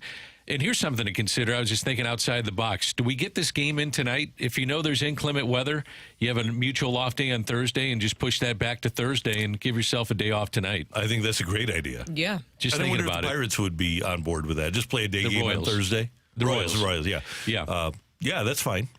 I'm good with that. Yeah, the travel isn't bad. And the rain is supposed to be here all day. Yeah. You don't want guys sitting around. That always is not a good thing. And then, you know, what if you start the game and have to go to your bullpen again? That's something the Cardinals and any team would not want to have to do, but especially the Cardinals as much as they rely on their bullpen. Yeah. I just wonder if that's on the table. That makes sense. By the way, one other thing about Arenado, because you're going to have Contreras hitting in the middle of the lineup. You mentioned if you can get, and by the way, the peripheral numbers for Goldie aren't as alarming as they are for Nolan Arenado. Maybe Arenado is the one that moves down to 6. He hit. That's what I would do. Yeah. If I'm going to move somebody, it's Arenado, and I drop him down to 6. Yeah, and maybe you hit Contreras 3rd, Goldie 5th, Arenado 6th. You could do that. Yeah, makes some sense to me. And I think these guys would accept it too. They may not like it, but they would say, for the betterment of the team or where we're at, and other guys are stepping up, yeah, the numbers bear it out, and maybe we need to move down in the lineup. But you have to convince them a little bit and kind of baby it, I think. Not with everybody, but maybe with these two guys, and just say, hey, this is something we think is beneficial for you and for us. One of the things that Tony La Russa was really good about was if a guy was struggling, like Arenado was, and he was hurt, he and Dan, mostly with you as the play-by-play guy that was there every single day in the office, but not to make excuses, but just so that we know, so that people didn't get ripped. And talk radio people, too. Hey, because Tony listened, and if a guy was struggling because he was hurt, we knew about it, and there's a way to ease things. I'm not down there enough to know, and this I'm not going to rip Nolan Arenado. He's got a great career, and I think that he'll wind up having good stats at the end of the year. But I think sometimes people have a tendency to look, and especially fans now with social media, they look at a player and don't consider the idea that he might be hurt. Yeah, I think that's a very fair assessment. But you also have known that he's dealt with injuries this season. It hasn't been a huge secret. Maybe there's even more so going on behind the scenes, but we've seen him even miss a few games. But with Nolan Arenado, he wants to be out there. You can tell that this weighs on him. That's why I think that the All-Star break is coming at a perfect time, honestly, for Nolan, but the bullpen, a lot of the other guys on this team, so they can get healthy, and then you can really kind of evaluate things even more so before the trade deadline. Tony would always say, I'd love to manage against you when I'd bring up an idea, and he said, never forget that I know more about the players than what's going on than what you do. No doubt. And I said, well, hold on now. I mean, it doesn't make a lot of sense to do this, that, and the other. And he said, well, let me tell you why. And we had a trust factor, and he would come to me before games and say, and I've told you guys this, he would say, if you think it's a lefty-lefty matchup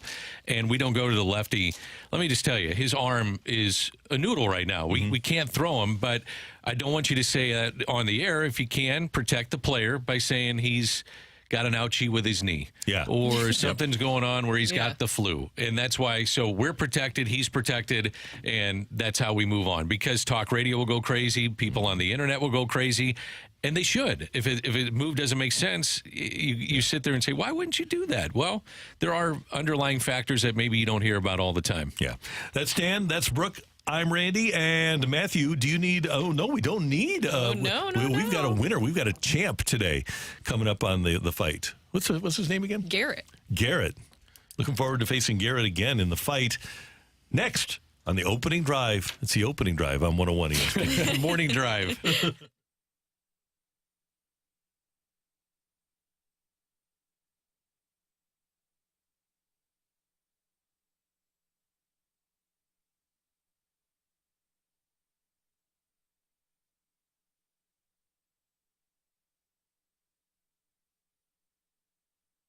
Hey, I'm so excited to partner with Together Credit Union and their allegiance to St. Louis City SC. We're all excited about having MLS in St. Louis, and you can get your exclusive St. Louis City SC debit card from Together Credit Union. Together Credit Union is the only place to find this official fan debit card, which comes with special perks like a free lifetime My City Plus membership, in-stadium discounts on food and beverages and merchandise, and most exciting, express entry into City SC matches. And as a special bonus, Together Credit Union is going to send you a commemorative print of City Park Stadium, the home of St. Louis City SC, while supplies last when you get the Together Credit Union St. Louis City SC debit card. How do you get it? Easy. Open any personal checking account online at togethercu.org or stop by any of Together Credit Union's 14 local branches and choose the St. Louis City SC debit card at account opening.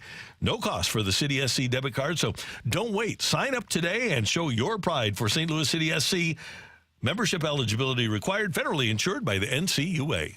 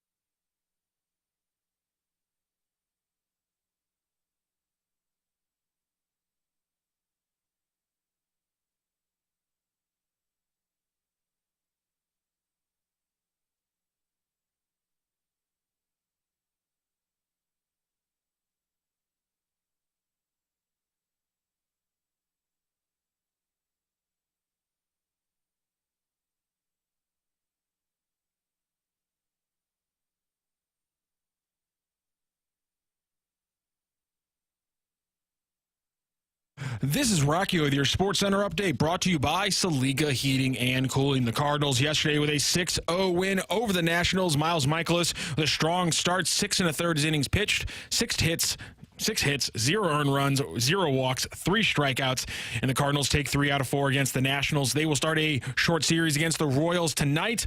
First pitch is set for 6:45. It'll be the former Cardinal, Michael Waka, facing off against Andre Palante for the Cardinals. Palante on the season, 4-3 with a 4.00 ERA. That is your Sports Center update, brought to you by Saliga Heating and Cooling, an independent American Standard heating and air conditioning dealer.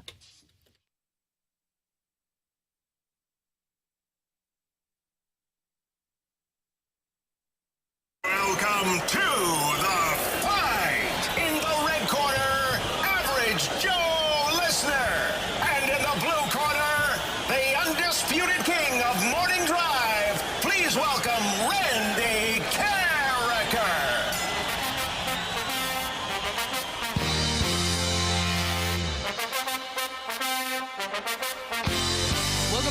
the opening drive, or as we sometimes say, the morning drive. We are driving in the morning, Yes. so we are with you. Oh, what's wrong with that? It's true. It's There's morning people drive driving. radio. I get it, and it's called the opening drive. I mess it up all the time. It's my fault. I like it. I like it, Dan. Well, it's mess with Brooke, our Dan, and branding, Rocco Dan. here. I know. And we bring back today Garrett for the fight. Garrett, how are you doing? Doing okay. Right. Have a great day. Oh, Can you hear me? yeah. Were you getting some Okay. food? No, I was dropping off my daughter at summer camp. Sorry. Aw, nice. Well, Dan, I know you weren't here yesterday, but Garrett had a great victory against Randy yesterday. Awesome. That means that the past 24 hours have probably been life-changing for you. Is that true, Garrett? Oh, absolutely. Did you have a lot of family and friends know that you won the fight? I don't know if any of them listen. Yeah. But I did tell my wife. All right. There you go. By the way, what camp is the youngster going to here? Her new school. Oh, Her awesome. Oh, kindergarten. fun. All right. Well, good luck today. Here's question 1. All right, Garrett. Which fielder was one part of the three-man trade for Scott Rowland at the 2002 deadline? Was it Placido Polanco, Miguel Cairo, or Craig Paquette? Miguel Cairo. All right. Question 2. Happy birthday to St. Louis native Vianney graduate Trent Green. At which Big Ten school did Trent play in college? Was it Purdue, Indiana, or Northwestern? Let's go with Indiana. Very good choice. Oh, but Dan. Well, whatever. He's going to find out one way or another. Dan's giving you some hints here. All right, here's 3. There are 2 coaches in NFL history to return to the sidelines after being inducted into the Hall of Fame. Paul Brown and which 2000s NFC East coach? Is it Mike Shanahan, Joe Gibbs, or Bill Parcells? Joe Gibbs. And question 4, there have been 4 multi-time MVPs to be traded in NBA history. 3 of those have been big men: Moses Malone, Wilt, and Kareem. Who is the 4th and most recent to do it? Was it Kevin Durant, James Harden, or LeBron James? Let's go with James Harden. Final answer? Final answer. All right, let me go grab Randy. How are you feeling, Garrett? 50-50. 50-50. Well, you do know that... I got one. Yeah, Dan gave you kind of a pretty big hint there, didn't he? He wanted to make sure that you knew at least. All right, here comes Randy. No grapes today. I had a banana. A banana? Mm-hmm. Oh, wow, you're switching things up after the loss yesterday, I was too huh? lazy to clean grapes today, so I just got a banana. That's what's going on. Say hi to Garrett again. How lazy is that? Garrett, good morning. How you doing? Doing okay, Randy. You? I'm doing well. Thanks for listening. Thanks for playing. So I just was talking to, no relation to Dan, Bridget McLaughlin out in the hallway. She works for 2060 Digital. And she says she's like 25. And she says she's worn out from the long weekend. She's 25. Did you say that to her? Like, kidding you don't me? know what tired is. No. I'm so tired. Come on. You just get readjusted. Yeah. All right, you ready for No, question she's a number? math person. She's an analytics person. So she's a nerd. Boy, you've been a little rough on her here in the last 60 seconds. There's nothing she hasn't heard before. She's an analytics nerd. That's okay. All right. She embraces it. All right, I'm ready. There you go. Go All right. Ready for question number 1? Yeah. All right. Which fielder was one part of the three-man trade for Scott Rowland at the 2002 deadline? Which infielder? My best friend, Placido Polanco. One of my best friends in baseball. That was Albert's best friend. Yeah. Placido They're very Polanco. close. I had no idea he was Albert's best friend. Yeah. Wound up being a good third baseman. Really good for the Phillies and Tigers. Yeah, he's part of that 06 Tigers team that lost to the Cardinals. Yeah. All right, you ready for question 2? I'm ready, Dan. This relates to Vianney High School. Oh, the Golden Griffins. Go Griffs. All right, Trent happy Green, birthday. Danny Mac. Well, Trent Green, happy birthday to him. Which Big Ten school did Trent play for in college? Ooh, he's such a Hoosier. He was an Indiana Hoosier. Now, He's such a you can take Hoosier. that. Hold on now here, He's a Brooke. St. Louis guy, so that's a little risky there, Randy. Okay. Well, you mentioned Vianney, and sometimes we're called Hoosiers. Oh, really? Well, CBC grad Oh, okay. Matthew Rocchio might call us Hoosiers. Really? For those who go for people who go to high school inside of the 270 loop, okay. Oh, I love the private school and private school crime. Oh, yeah. It's not this is real. Beautiful. So, Both South City dirty, Danny. I don't think ever been as excited by a free agent signing by a St. Louis team as I was when the Rams signed Trent Green. It was, when he stood up there at that podium, he looked like an NFL quarterback. I mean, and he would have won the Super Bowl here. All due respect to Kurt, who's a Hall of Famer, well-deserved. Trent Green would have won the Super Bowl with the Rams. And he changed, one thing about Trent, he changed the culture of that franchise, signs the contract, and the next day, he signs the contract in March. Next day, who's the first guy in lifting weights in the weight room over at Rams Park? Trent Green. Stud. Wow. And one of my favorite people that I have ever covered. He's just a true gentleman and a great human being. Really? Yeah, I great had guy. a seat at the preseason game when Rodney Harrison hit his knee, and when that happened, I had a perfect view of what happened. I got up before he didn't get up and slammed down my soda and said, "We're out." I said, "We're leaving," and that's it. When he got hurt, we left. Dan, I was pissed. This it might be an indicator of how good my life has been. That's the worst night of my life. Is that right? When he got hurt. You were upset. I was. So can you watch absolutely devastated. Sunday Night Football? Then can you watch Rodney Harrison on the pregame show? He's the worst. Yes, I wish that I could have done something to him, but we couldn't. Okay. Oh, here's what happened. Here's what happened. A couple of years later, 2001, the Chargers come into town. Rodney Harrison's playing. And Martz throws the ball over Rodney Harrison for the first 17 plays of the game. And the Rams hang a 57-burger on the Chargers, 57-31. And Martz, we're going to get him. Oh, we're going to get him. So he hadn't forgotten. He never forgot stuff like that. That's why I'll always be a Mike Martz fan. Yeah. Question 3? Are you ready for 3? Okay, just making sure. Sure. All right. By the way, the answer, I'll go with Indiana. The Hoosiers. Yeah. Wow, we really took a while to get to that one, didn't we?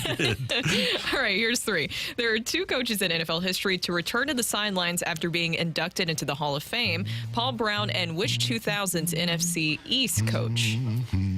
She didn't even get the question out before you started with this. She didn't even name Paul Brown before he started humming. How did you know it was going to be? How did you know I wasn't going to say him and Paul Brown? Joe Gibbs. Joe Gibbs is my guy. You know who I feel sorry for right now is Garrett. Yeah. Sorry, Garrett. Garrett's just hanging on and waiting for the inevitable. All right, here we go with question 4. There have been 4 multi-time MVPs to be traded in NBA history. 3 of those have been big men. Mm-hmm. Moses Malone, Wilt, and Kareem. Who is the 4th and most recent to do it? A 4th big man? Or no, he's a 3 of the 4 have been big men. Okay, so I don't think Harden won more than one. I don't think Russ won more than one.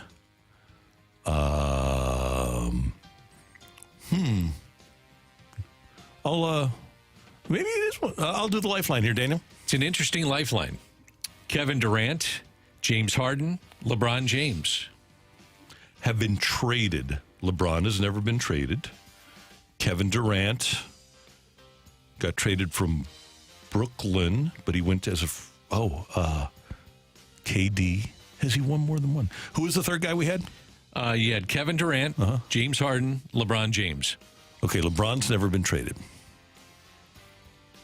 KD and Harden. KD gave the MVP to his mom, so does that count for him? Well, Harden. So I will multiple-time MVPs that have been traded twice. Okay, so KD got traded. He went from Oklahoma City to Golden State as a free agent, went from Golden State to Brooklyn as a free agent, got traded from Brooklyn to Phoenix. He's only been traded once. Is the question he's been traded twice? No. It's been traded. Multi-time MVP traded. After winning the multiple MVPs. After winning the multiple MVPs. Okay, so It's not LeBron, so I'll go with, let's see, KD won in OKC. He didn't. I think it's Harden. I'm going to go with James Harden. Okay. Matthew, do your thing. All right, Garrett won 3-1 yesterday. Does he have a shot at the Hall of Fame after another win today? Or does Megamind knock out another fighter? Ring that bell. The winner and still champion of the fight, Randy Carricker. The fight is presented by Golf Discount of St. Louis, with the most experienced club fitters in town. Why shop anywhere else? I'm sorry, Garrett. Randy Carricker just barely got you. He beat you 3-2 in the fight today. It's all right.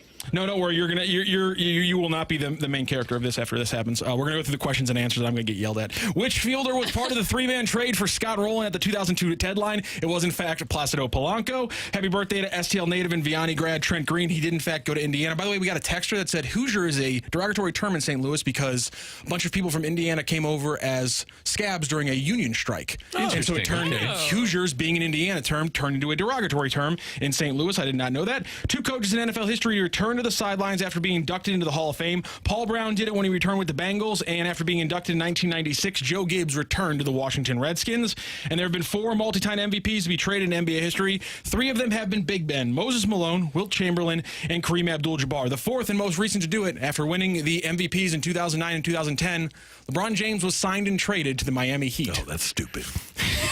I was waiting Randy for this Carricker, one. the winner of the fight today, and a 3-2 score. Garrett, thank you so much for joining the fight and joining the show today.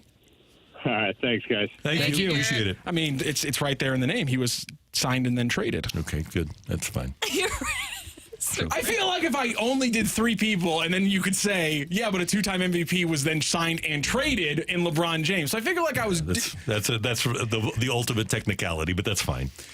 It is a technicality. I questioned it, too, during the break. I said, now, wait a minute, LeBron But was James? he not traded? That's technically he was, yes. That's a technicality. Yep. Okay.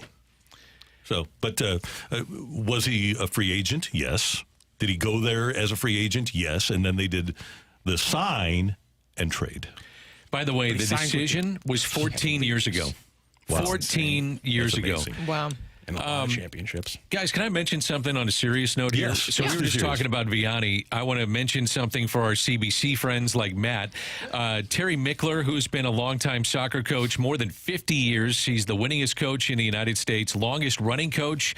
Had an accident recently, injured his leg.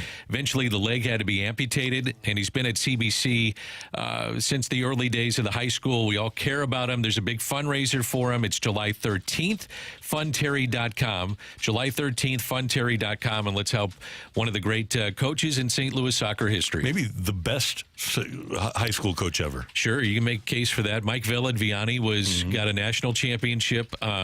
There's been some great soccer coaches. St. Dominic has some great coaches as well. And there's not a nicer man than Terry Mickler either. Yeah. Just a great guy. So, again, that is July 13th, big fundraiser at cbcfunterry.com. Okay, I did, over the weekend, I did what Randy does. I'm sitting watching a Jimmy Johnson retrospective on NFL Network, and he's talking about how in his first year he had Randy White in training camp, and Randy White retired. So I'm thinking Randy White, doomsday defense. I don't know why I connected that.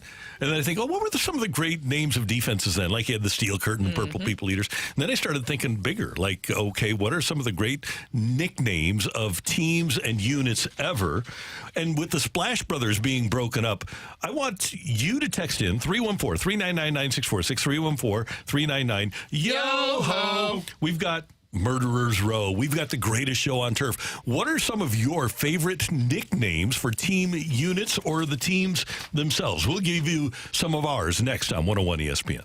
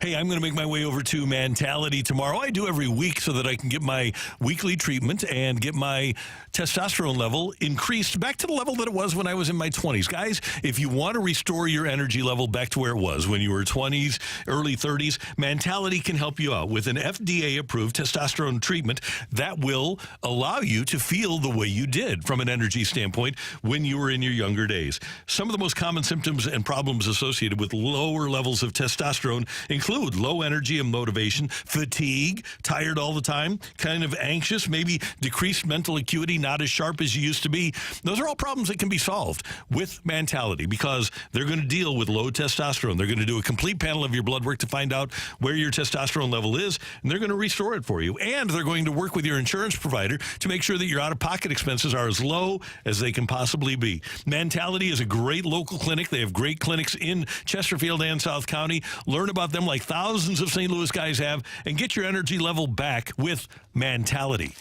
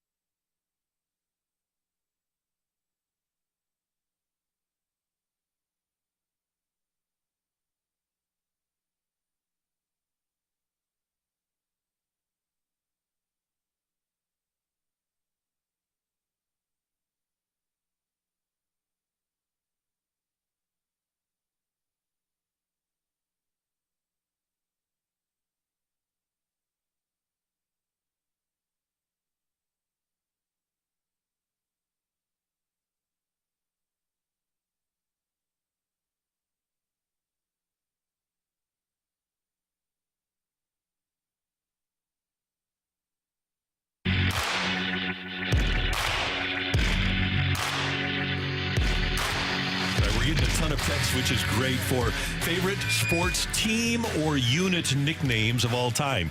You've got the Steel Curtain. That's such an iconic nickname because everybody knows when you bring up the Steel Curtain that it was the Steelers' defense in the 70s. Everybody knows the Bronx Bombers, the Yankees. And the Yankees have always been the Bronx Bombers all the way from the 20s up through their most recent dynasty. There's a couple of other ones. The French Connection line the Buffalo Sabres had with Gilbert Perreault, René Robert, and Richard Martin. They were amazing. And then we've had some here in St. Louis.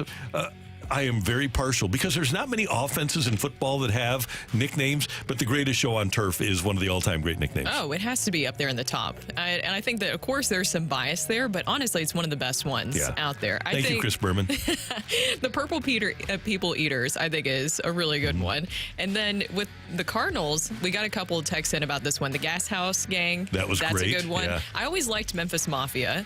Yeah, I always think that's just, there's a great story behind that, too. MV3, I think, is a good one, too. Roland Edmonds, Pujols. That was my pick that just came to my mind right away. Gas House Gang was the other one. It's kind of, they're not sure if Leo DeRocher gave the nickname to the Gas House Gang or it was Dizzy Dean. So Dizzy Dean was the one that was kind of in the middle of that. The Nasty Boys in Cincinnati. Yeah. Norm Charlton, Rob Dibble, Randy Myers. That kind of came to mind for me. I was just thinking baseball primarily. Yeah, those are all there's good. So many good ones. All right, Matthew, what do we... and by the way, we would be remiss if we didn't mention the Broad Street Bullies, the Philadelphia Flyers, who were derived from the Blues, who were so tough, the Plager brothers and that Noel Picard, that tough, rugged Blues team. And Philadelphia said, well, we can't win unless we build a team like that. So they took it to another level and built the Broad Street Bullies. What about Showtime with the Lakers, with Magic Johnson? Yeah, and That's Pat a fun one. Riley. And that's fast-paced offense. Everybody knows, right? There's only one Showtime. A lot of people texting in Air Coryell, the New York Sack Exchange, one of my personal favorites. We're getting a lot of different iterations of the Killer Bees. For me, when I see that, I think Astros. Other people are sending in the old school Pirates, and they also threw in the Steelers. The Dolphins' defense was the Killer Bees with Baumauer, and it was I can't even think of all the guys, but they were the Killer Bees. Monsters of the Midway. Monsters of the Midway is another one. Midway is great. Yeah. And here's my question for you guys who were in the media back then: was Bullies of Baltimore an actual thing for the Ravens, or was that like a new thing that people did because they needed to make a nickname for that defense? I don't remember Seems like that. it's more recent. Okay, doesn't thank it? you. Okay, I thought so. Like it's been made more recent on the documentaries and things of that nature. So I think that's kind of the name that they got. They were awesome, though. Holy smokes! With Ray Lewis in the middle of that thing, Somebody a lot says of points. The Pittsburgh Pirates Lumber Company. I don't know when this one was. We 70s. are family. That was Star Joel Oliver, I Bill got Robinson. all my sisters and me. Yeah, and then the 79 team that the We Are Family song. Yeah. By the way, the Dolphins Killer Bees, Bill Barnett, Bob Baumauer, Lyle Blackwood, Kimbo Camper, Bob Brzezinski. There you go. God, that's really good. Yeah. Somebody says the Lovable Losers, a.k.a. the Baby Cubs, Bears. The Cubs, yeah. I like that one. Legion of Boom, No Name Defense, The Law Firm. I forgot about the Law Firm. That's a good one. The Runnin' $1 million Redbirds. team. About the Runnin' Redbirds. Redbirds. In the 1980s. Oh, and then you had the Whiz Kids. Yeah. And then the Wheeze Kids. In 1983, Philadelphia had a bunch of guys that were in their late 30s and 40s, and they were called the Wheeze Kids. I like that one, too. Run TMC. Oh, that's a good always one. been a great one with the Warriors. The Bash Brothers. Bash Brothers is another one. Slamma Jamma. Yeah. That's a good one, too. Yeah. Houston. The Fab Five. Yep, the Fab Five. Yeah, that's a good one. Somebody said there's the Four Horsemen of Notre Dame. Yep. I'm uneducated on this one. Are you being Ignorance. serious? I don't know. Yeah, I'm blanking on who. I don't know who's. I've never heard this one. Yeah. I don't even remember the names, but they were there. Yep. Yeah. The Four Horsemen was always something that you heard about in conjunction with Notre Dame. And in Army, you had the Mr. Inside and Mr. Outside. Yep. How do you know all this stuff, Randall? I just do. What was the old Denver Broncos in the 70s? Their defense was called the Orange Crush. Yep. Yes. Somebody said the CPR line for the Blues. Yep. Cracknell, Porter, and Reeves. Yeah, that was a good one. That was fun. What was the Slovakian line the Blues had? Oh, yeah. Cycling Slovaks. Yeah, that was it. Cycling Slovaks. Yeah, Cycling. Dimitra. Slovak Bartechko. Yeah. And, he was tall, center, good player. Yeah, Hanzus. It's it. Michael Hanzus. The production line: Ted, Lindsay, Gordie Howe, Sid Abel. A great call. Yep. I'm sorry. Yeah. That is an unbelievably simple name that, like, you don't think about it, but man, that is a badass name. In Detroit. Just the production in Motor line. City, where they're building God, vehicles that's an on the awesome production name. line. The Dream Team. I can't get Oh, over that. Dream Team is, yeah. Is there any current nicknames? I know we keep going back to the past with this, but I was trying to think last night about any good current nicknames. The most recent I can think of is Legion of Boom. Yeah. And the Chiefs Legion of Zoom. But man, it's unfortunate that we don't have more cool It's nicknames. because we try to think of things like Kingswood Cannon, and certain people just decide to Absolutely poo-poo it hate right it. off the bat and don't even let it take off. Blaze.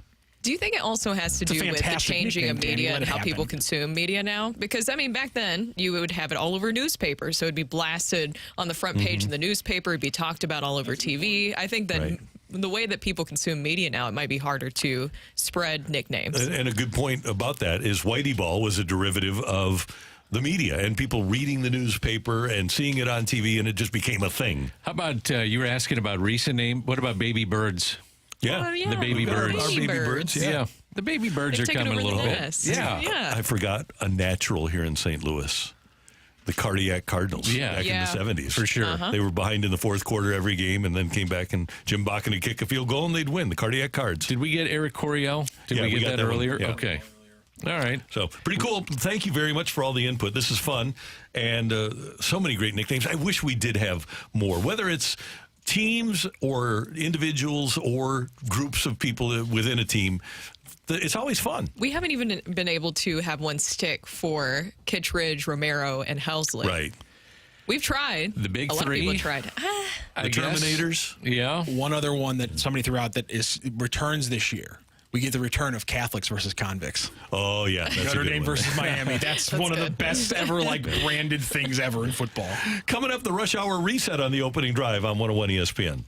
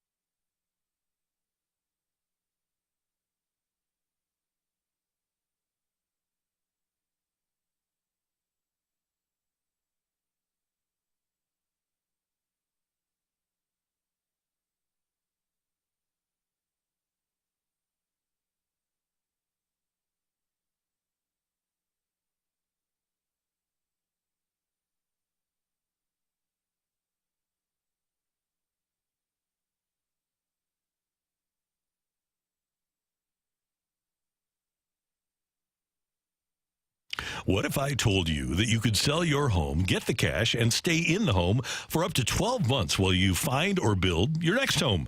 Well, Gloria Lou is able to eliminate the traditional hassles of buying and selling at the same time. Gloria Lou is amazing, and her name is her promise, and that says it all. Your home sold, guaranteed realty. Gloria's mastered the home selling promise by guaranteeing upfront and in writing to sell your home at your agreed-to price and time frame, or she'll buy it herself, guaranteed. Does your agent compare? Gloria has solutions for every type of home seller. For those of you who want a fast sale with no hassles, her multiple cash offer program is a great option to consider. No showings, no costly repairs, and you pick the closing date. And you always get the highest cash offer to choose from in minutes with Gloria Lou. She's easy to get in touch with. Here's your next step.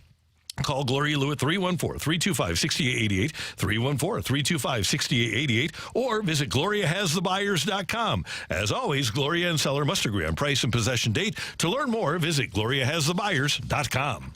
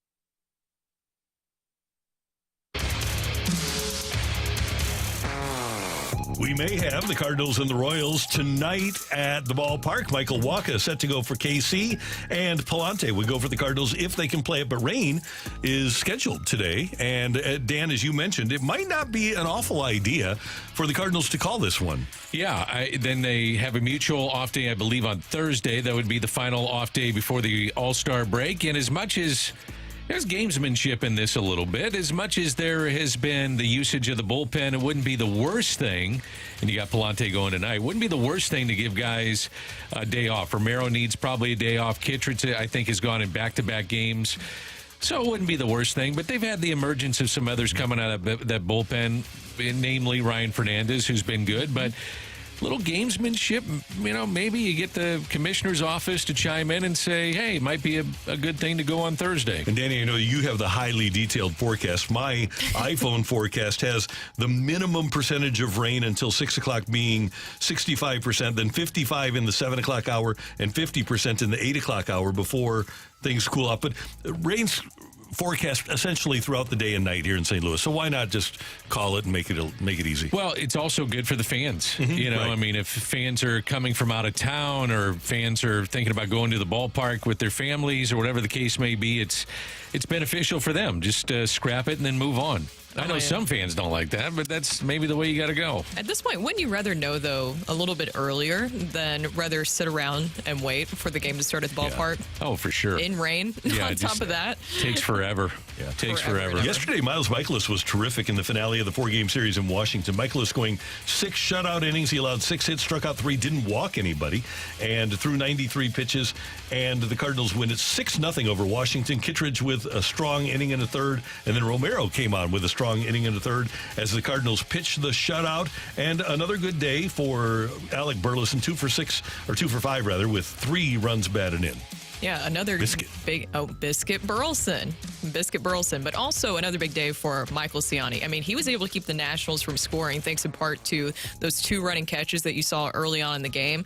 He is a difference maker defensively. And now when you have even Lars Nootbaar coming back in after he was dealing with his injury, even with him coming back, you want Michael Ciani to be your center fielder moving forward. No doubt about it. Well, here's my takeaways. Michaelis, top of his game, because he was able to make pitches really with every pitch in his arsenal and didn't leave anything over the middle of the plate. And that's pitching. And he goes to have another quality start, 6 1/3, shutout innings, no walks. No walks is always key with that. You mentioned Brooks Ciani, couple of great catches, 2 for 4, had the 1 run scored and a stolen base. And then Burleson, and I'm going to combine them with Goldie. They go 4 for 10, 2 home runs, drive in 4 apiece, 3 runs scored. So pretty good road trip at 5-2. They're now 48-42. So this is the identical record that they had in 2022 when they made it to the postseason. That year they won 93 games.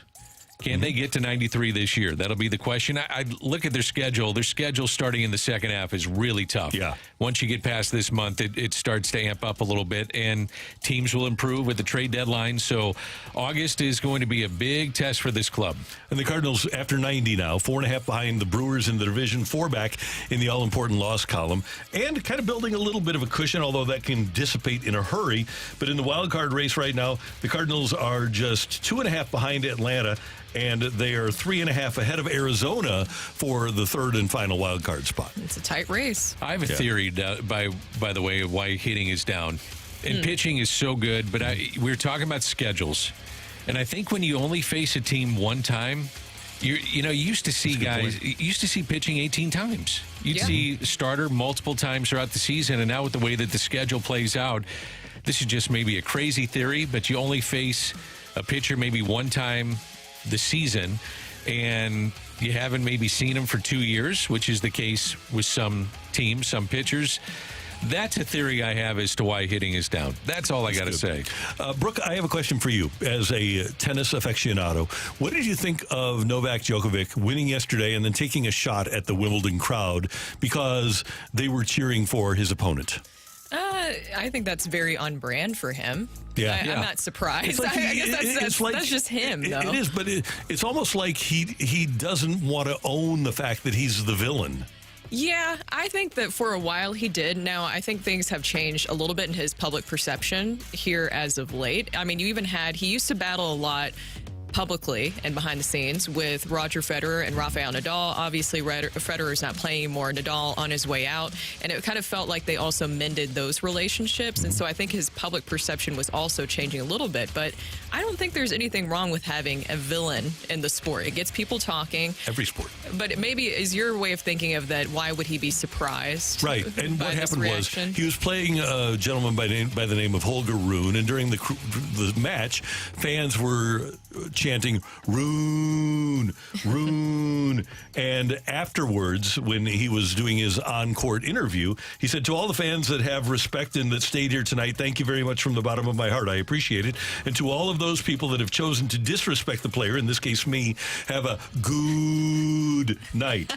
Good night. That's him, though, is the thing. I think I kind of like those stories. One, it gets people talking about tennis, which I will always enjoy. Another player to watch right now, an American tennis player, Taylor Fritz. Have you watched him play yet? He also kind of does the same little jabs and he has little battles going on with some of the different players. And so I always think that those stories are interesting, and it gets people watching and talking about the sport, which I think is always important. You don't have the matchups like you used to in tennis. And that's even going back to like Pete Sampras and, some of the other guys that you thought about. Now, Pete Sampras, by all accounts, seemed like the choir boy in tennis, but then you had others that did not seem that way. And Agassi's, that's where I'm going with him. But he changed. He became a fan favorite. He morphed into the guy that everybody loved at the end of his career. Give me the long-haired version of Agassi. Jimmy Connors, too. Jimmy Connors was a villain, and then at the end of his career, he was beloved by everybody. John McEnroe. That's another one. Yeah. Serena Williams always has been kind of a villain in certain eyes, even though one of the greatest of all time. It's just the way that it goes. Yeah, and a sweetheart. I don't know why people looked at her. Probably because she's so good. By the way, I was disappointed by Coco Gauff yesterday. Did you see that she was complaining to her coaches because they weren't giving her advice? To me, when you get on the court, you should, if you're a tennis player, you should kind of have a game plan and know how to switch if the game plan isn't working. And she was like almost going crazy, complaining to her coaches in the box. It's like in golf. What are you going to bring out your swing coach in the middle of number 10? Yeah. Hey, things aren't going well. This is your fault. No, you just have to make adjustments as you go away. We talk about adjustments in sports. If you don't know how to make an adjustment at that level, you're in trouble. Yeah. It's probably just something nerves mentally as well, of just that moment of maybe she looks to her coach to help her reset. But you're right. I mean, it is on you at the end of the day to get it done. I mean, you played in high school, and I'm sure that you had to make adjustments on your own, right? Did you look to your coach in the middle of a match and say, what should I do here? No. Yeah, it was just on me. It's tennis. You know, that's what you do when you play those sports, is that it's on you individually, which you also beat yourself up a lot, which could have counter effects as well. Yeah, no, I know, right? It's surprising. But going back to American tennis, we were discussing this the other day, I just missed that time during American tennis where there were so many players, you knew them. It was like they were like celebrities in their own right, and they were on top of the sports world. I wonder what has changed so much. I have a theory personally, and I'm sure somebody who's more involved in the tennis world could weigh in on this. I think a lot of it has to do with, what we were talking about with soccer yesterday. People will play what they see they can play at a high level. So a lot of tennis college scholarships do not go to American tennis players here. It's usually a lot of kids from overseas. In my own personal experience, that's what I've seen at least. So a lot of the tennis scholarships are not used up by U.S. tennis players. And so when you're younger, you see the odds of, okay, what can I maybe have a chance in college to play, and you see the tennis is not a big option, then I think that has a lot to do with it. I have a theory that's very simplistic, but I don't think it's wrong. I think in 1997... From 1997 to 2007, people that might have been predisposed to play tennis at the country club played golf because of Tiger. You know what is interesting about that? African-American participation in the game of golf is actually not as high as it was prior to Tiger. Prior to Tiger. I find that... That's amazing. I find that incredibly interesting. And I'm not sure why. Yeah. I mean, the misconception is that golf is not an affordable sport. You can go down... Get a new set of clubs for under $100 for kids. You can find places to play. There's junior programs all over the place. I just found that shocking. That is interesting. That's very surprising. But he was part of the whole picture of the pie, the boom of what we've seen in golf, and then COVID hit, and that became huge with golf too. By the way, Brooke, do you think Tiafoe can be a star? I mean, he's built like LeBron. He's big, he's strong, he's powerful. He doesn't look like he has the clutch gene at this stage. But to me, if you have an American male tennis star on the way, Tiafoe has a chance to be that guy. I think so too. I still think Taylor Fritz is a very interesting player to watch. But my personal favorite is Carlos Alcaraz is the one that I like to watch the most right now. He reminds me a lot of like a combo of Federer and Nadal. Right. Yeah. So, I just want Americans to win. I know. It's tough. Alcaraz, he's the best guy going. He is. Do you guys watch much of Wimbledon? Yeah. Cool. I've been able to catch a little bit, Yeah, me too. Pretty good. Coming up here on 101 ESPN, did the PGA Tour mess up by not picking Tiger Woods as a Ryder Cup captain? That's next on 101 ESPN.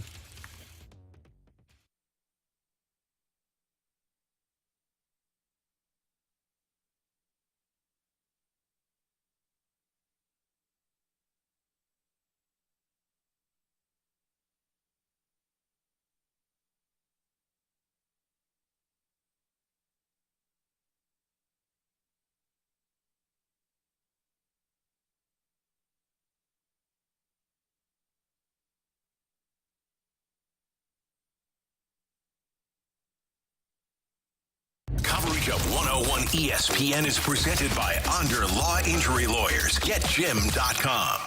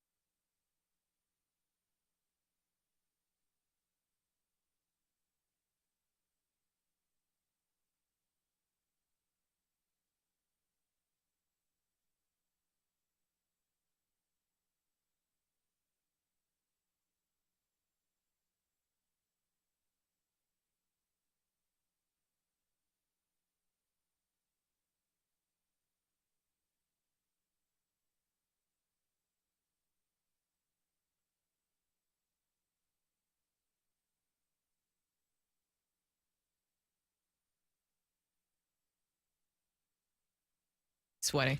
Hey everyone, it's Brooke here for Universal Windows Direct. And speaking of sweating, the heat has arrived here and it's only going to get hotter from here. Do not cool off the outside this year. You should call my guys over at Universal Windows Direct. While I enjoy the summertime, I don't enjoy the energy bill that comes with it. And that's where Universal comes in handy. Their windows feature super spacer technology, which helps keep the edge of the glass warmer, holds the window seal longer, and makes the windows last up to 5 times longer than other window systems. So your windows from Universal perform better and they last longer. Schedule your free in-home estimate today, and for every 2 windows you buy, get the next 2 for free, plus 0% financing for 60 months. That's 3 years. Restrictions apply. Universal Windows Direct backs it all up with a true lifetime warranty as long as you own the home, and a 20-year warranty to the next homeowner. Mention my name and get an additional $250 off your next project. Go to UWD.com. That's UWD.com. And like me, you'll be saying, I love my windows.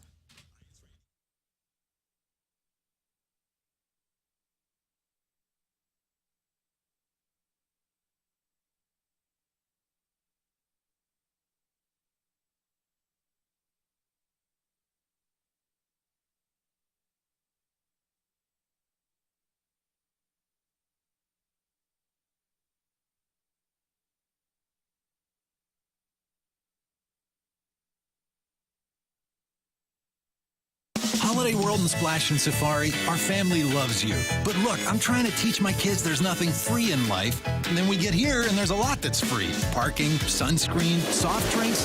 We love water coasters like Mammoth, the new family coaster Good Gravy, and 500 drones lighting up the sky. But the whole ride home, all I hear is... free soft drinks, free parking, free sunscreen. Okay, I guess some things in life are free. Get tickets today at holidayworld.com.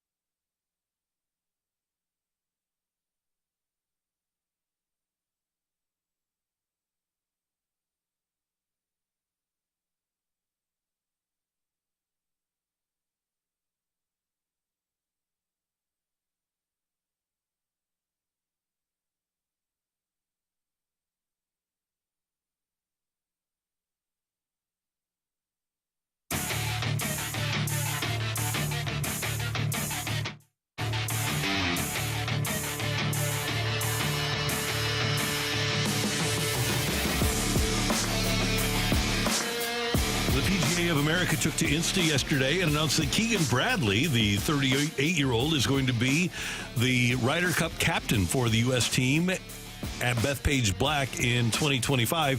PGA of America have been negotiating for months with Tiger Woods to be the captain, but he, because of his time commitment to getting a merger between the PGA and the LIV Tour, basically the private investment fund and the PGA, Tiger doesn't have time for it.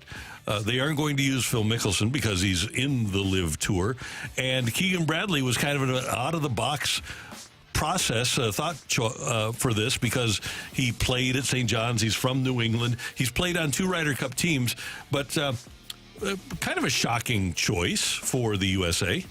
I'm going to throw out a weird theory here. Mm-hmm. I'm going to throw out a really weird theory, and I think he'll make a good captain, but he gets the Ryder Cup captaincy because of what happened a little bit on Netflix. And I was trying to think why you would do this. He is an East Coast guy, but I'm thinking of a weird, strange theory with this. And I don't know if you've seen Full Swing. He was featured on that, and it's awesome. And the results might turn out great. However, maybe a slight issue with the process. And, the other part of this is that there were Tiger's Ryder Cups, that he didn't perform well in. The other part of this, he still could be an assistant. Maybe he just didn't want to be a captain. So that's another thing to think about. But it is interesting because I thought most people were gravitating towards the idea that Tiger Woods would be the captain for sure. And apparently one of the things that prevented Tiger from being able to do it is much of the job entails promoting the event, getting out and being on morning shows, traveling around the country and promoting. And he just doesn't have the time at this point to travel because of the business interests of the PGA taking precedence. How about him just not valuing the team aspect of golf? That could be something too. He's so laser focused on winning championships, and this is prior to the injuries and that kind of thing. But winning majors, that this has never really been a priority for him. Just the team aspect of golf. But he's always played. That it seems like it would be such an honor, right, to represent your country. So. Yeah. So I have to believe that this is more a business decision than anything else. And by the way, this to me is another situation. I don't know that that Dustin Johnson would have been a good choice, but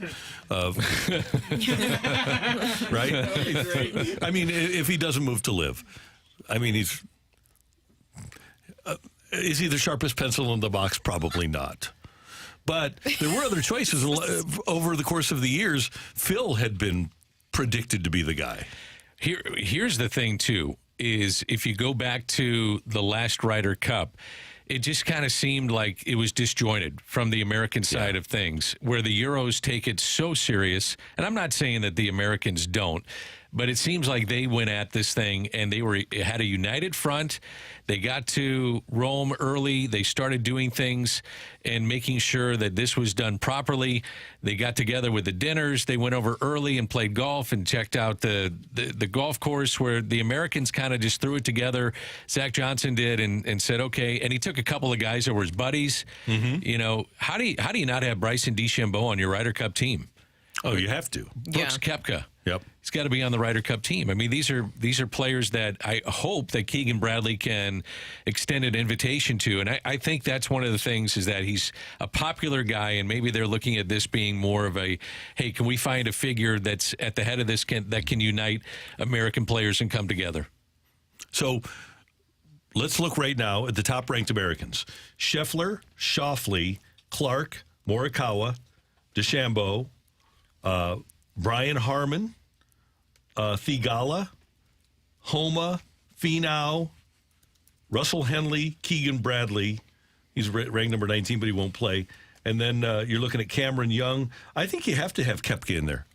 He's better than 3 or 4 of those guys. How do you not have DeChambeau in there, too? He's got to be in there. But right now, because of the win at the U.S. Open, he's the number 9 ranked player in the world. So you almost have to have him in there, live or not. Oh, yeah. I think you take away the world golf ranking points, even though some of that will dictate your team.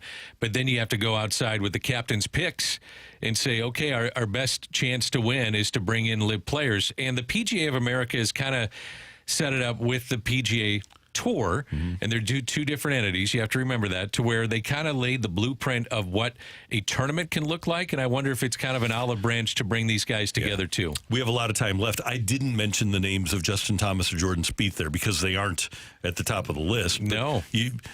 And they were on the last Ryder Cup team, too. And Justin Thomas apparently is the leader of the team. That's why he was on it, but he's got to play well enough so that you can win. And Spieth played this past weekend and was okay. Had one great round, and that was about it. All we need to do is, all due respect to the tournament, is say that Jordan Spieth was playing in the John Deere Classic. Yes. I mean, that's it. Yeah 100%. So I think it's interesting. I guess I'll go back to this, is that Keegan Bradley is the guy that can unite.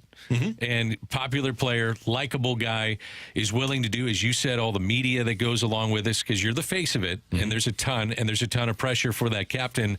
And unite them, bring them together, and put the best team that you have out there and see what happens. And hopefully by that time we'll have a merger between Live and the PGA Tour. We need to get all these golfers together, right? I think that that's the best thing that could happen for golf, is that you're able to do that. So I understand. I would love to see Tiger, because it's Tiger Woods. I know it's a huge commitment to have him, be the captain, as you mentioned, because of the media opportunities. But Tiger definitely brings a lot of attention, and I hope that now moving forward we could have even more positive attention with some sort of merger where they can come to terms with everything. And the best scenario here would be for Tiger to be the vice captain, where he doesn't have to pour in all that time from a media standpoint, but can still have a major impact on the team. And he was never really good in Ryder Cups. Had some moments, but not great. Jack never looked at it that way either. More of the individual side of things, and yes, it's a great honor to be part of the Ryder Cup team and some of the national teams that can be put together, but the focus was on individual accomplishment, and I just wonder if that's part of Tiger's decision as well moving forward. We'll find out. I mean, people are going to ask him for sure, and he's going to play in the British Open, so you're going to find out very soon. Do you guys put Captain America, Patrick Reed, on the U.S. team? He is nasty, and he's great, and he's polarizing, and so for golf, I would love it. I would absolutely love it. I go back to when they were at Whistling Straits, and that team that they put together was awesome, and they dominated. But here's the thing, though, Randy, I got to wonder about the edge, the competitive edge of some of these live players, and have they lost it? Patrick Reed being one of them. I'm looking at, I was trying to, Rahm is another. I mean, I'm just thinking of players who have talked. Rahm has been very vocal about that. If anything is going to stoke that fire again, it's the Ryder Cup. I think so. Especially for the Americans in New York. But can you just flip it on? You know what I mean? Flip the switch. And golf is different, right? Yes. It is hard to, you can't be emotional in golf. Did you see the kid this past weekend? He shot, I think, 26 or 28 under. There are so Thompson? many. There's so many good young players starting to come, and that's the other thing, is that we're starting to find out with the PGA Tour, with some of these big names not being a part of the landscape of what we talk about every single week, but some of these young players may emerge too. And guys that are playing college team golf. Yes. Which it's different when you're playing on a team in golf. And these guys have done it because they're playing for their teams, and they aren't that far removed from playing. Clanton is a amateur that just finished in the top 10 in back-to-back events. He's an amateur. That hasn't happened since 1958. So is he a guy in a couple of years where you say, well, he's a pro, he's red hot, maybe that's a guy you take on a Ryder Cup. It's interesting. That's Dan. That's Brooke. I'm Randy. Coming up, NFL training camps open in 2 weeks. We're going to give you a team that'll regress and a team that will blossom in 2024. Next on the opening drive on 101 ESPN. It's time for a DraftKings at Casino Queen Redbird report on 101 ESPN. Brooke Grimsley here for your Redbird report. Alec Burrows had homered and drove in 3 runs. Miles Michaelis pitched into the 7th inning, leading the Cardinals to a 6-0 victory yesterday over the Nationals. The Cards going 5-2 on the road trip. Miles Michaelis worked 6 1/3 innings, giving up 6 hits while striking out 3 without a walk. Paul Goldschmidt homered and scored twice for the Cardinals, who took 3 out of 4 from the Nationals and have won 6 of 8 overall. They are now at a season-best 6 games over 500. The Cardinals are back at home starting today, facing the Royals. First pitch is at 6:45 with Andre Palante getting the starting nod versus former Cardinal Michael Wacha. The Redbird Report is presented by DraftKings at Casino Queen. Play, stay, dine at DraftKings at Casino Queen.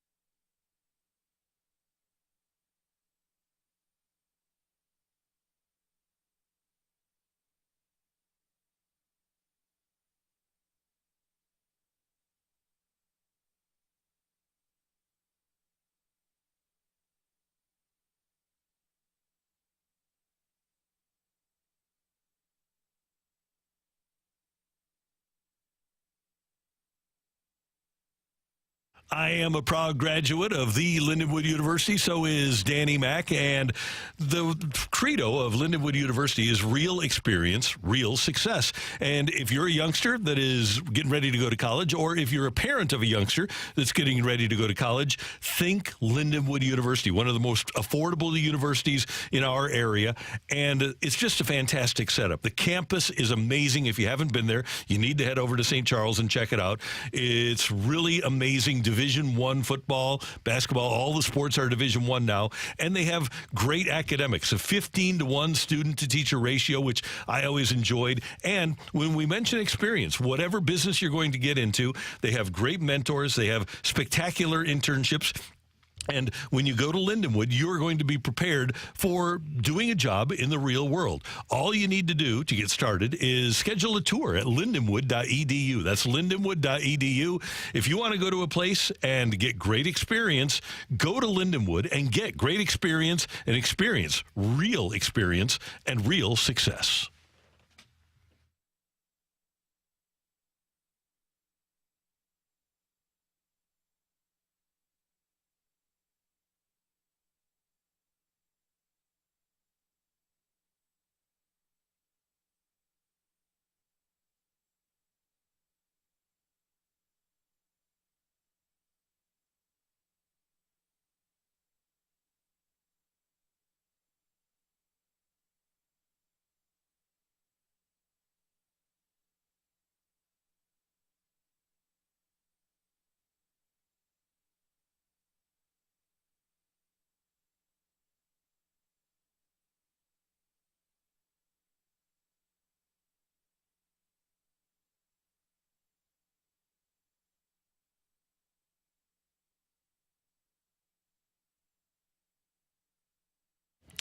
This is Rocchio with your Sports Center update, driven by Johnny Londoff Chevrolet and Johnny Londoff Autoplex. Last night, the Cardinals beat up on the Nationals 6-0. They finished off that series winning 3 out of 4. Miles Michaelis with a strong start, 6 and a third innings pitched, 6 hits, 0 earned runs, 0 walks, and 3 strikeouts. Cardinals back in action, facing off against the Royals tonight. First pitch set for 6:45. It'll be the former Cardinal Michael Wacha facing off against Andre Palante. Palante on the season 4-3 with a 4.0 ERA.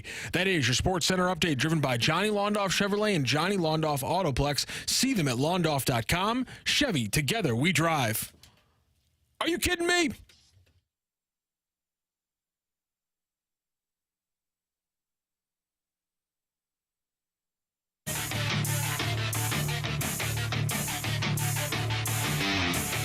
We are just a couple of weeks away from the opening of NFL training camps. All of the roster additions and subtractions have been made, and every year there are teams that make a big jump and there are teams that regress. And we're going to give you, each of us are going to give you a team to move forward and a team to move back. And I'm going to take what I think, guys, is the most obvious one right off the bat. When you look at the offseason departures that the Buffalo Bills have had to undergo, they lost their safeties, they lost their number one wide receiver. They're undergoing changes on the offensive line. I think the Buffalo Bills are in for a regression. Now, their division is not exceptionally tough. The Dolphins are good, not great. The Patriots are bad. The Jets may or may not be good. They went 7-9 and they get Aaron Rodgers back this year. But I think that the Buffalo Bills are a team that is set to take a step backward. Really? I do. I know that you defended Allen a lot last year. Allen's a stud, but it's so much more than a one-man game. Yeah, and he can't be Superman. And he lost his number one wide receiver. Mm-hmm. So I think that hurts them. And then I don't think they'll be as solid defensively. And I think there is a team, and I've mentioned this, I have so much faith in Jim Harbaugh. I think the Chargers are going to take a big step forward. Their offensive line was already pretty good. I just don't think they were well coached. I think that was a huge problem that they had. Yeah. And I think you get Harbaugh in there with the level of talent that they have on that team, I think they'll take a big step forward and make the playoffs this year. All right, guys, which Harbaugh do you want coaching your team? They're both pretty good. Yeah, I think I'd take John. It's hard to say, though. He's won the Super Bowl, but he had more success than his brother, who just won a national championship and got to, 3 conference championships with the 49ers? And a Super Bowl. Yeah, and a Super Bowl. I don't know, kind of an intriguing question. Can we get back to you in a year or two? Yeah, no kidding. I'll if you take one, I have no problem taking the other. Yeah, it's pick your poison in a good way. Yeah, they're both really good coaches. And by the way, the Chargers they've wasted talent. They've had two with the previous regime, general manager and coach. The last 2 years they should have made the playoffs, With and they Bosa didn't. and with Herbert. I still believe in Herbert and his abilities. So I see what you're saying there. All right. So for my team that I think is going to regress, I'm going with the Dallas Cowboys, America's team. So key additions this offseason, crickets, not much going on there, but they were largely hamstrung due to free agency and lack of cap space. I know that Zeke is back. I'm very happy for the St. Louis native, but I'm going to be honest here. It's not 2018 Zeke. So I'm just throwing that out there to be fair. Also, anytime that you have Jerry Jones saying after another disappointing season, basically that we're going to have an amazing offseason, really hype things up. What typically happens after that? Well, if somebody says it, usually you have an amazing offseason, right? No, not much happens. So I would not be shocked if this team regress. And also, I think it would be another teardown season for them. They're going to tear things down after this, honestly. The one thing I wonder, though, is I wonder if Jerry Jones foresees his mortality. Although if he did, wouldn't he have done more in free agency this year? I don't think he does. I don't think that he's aware of it. You know why? Because of AI Jerry, right?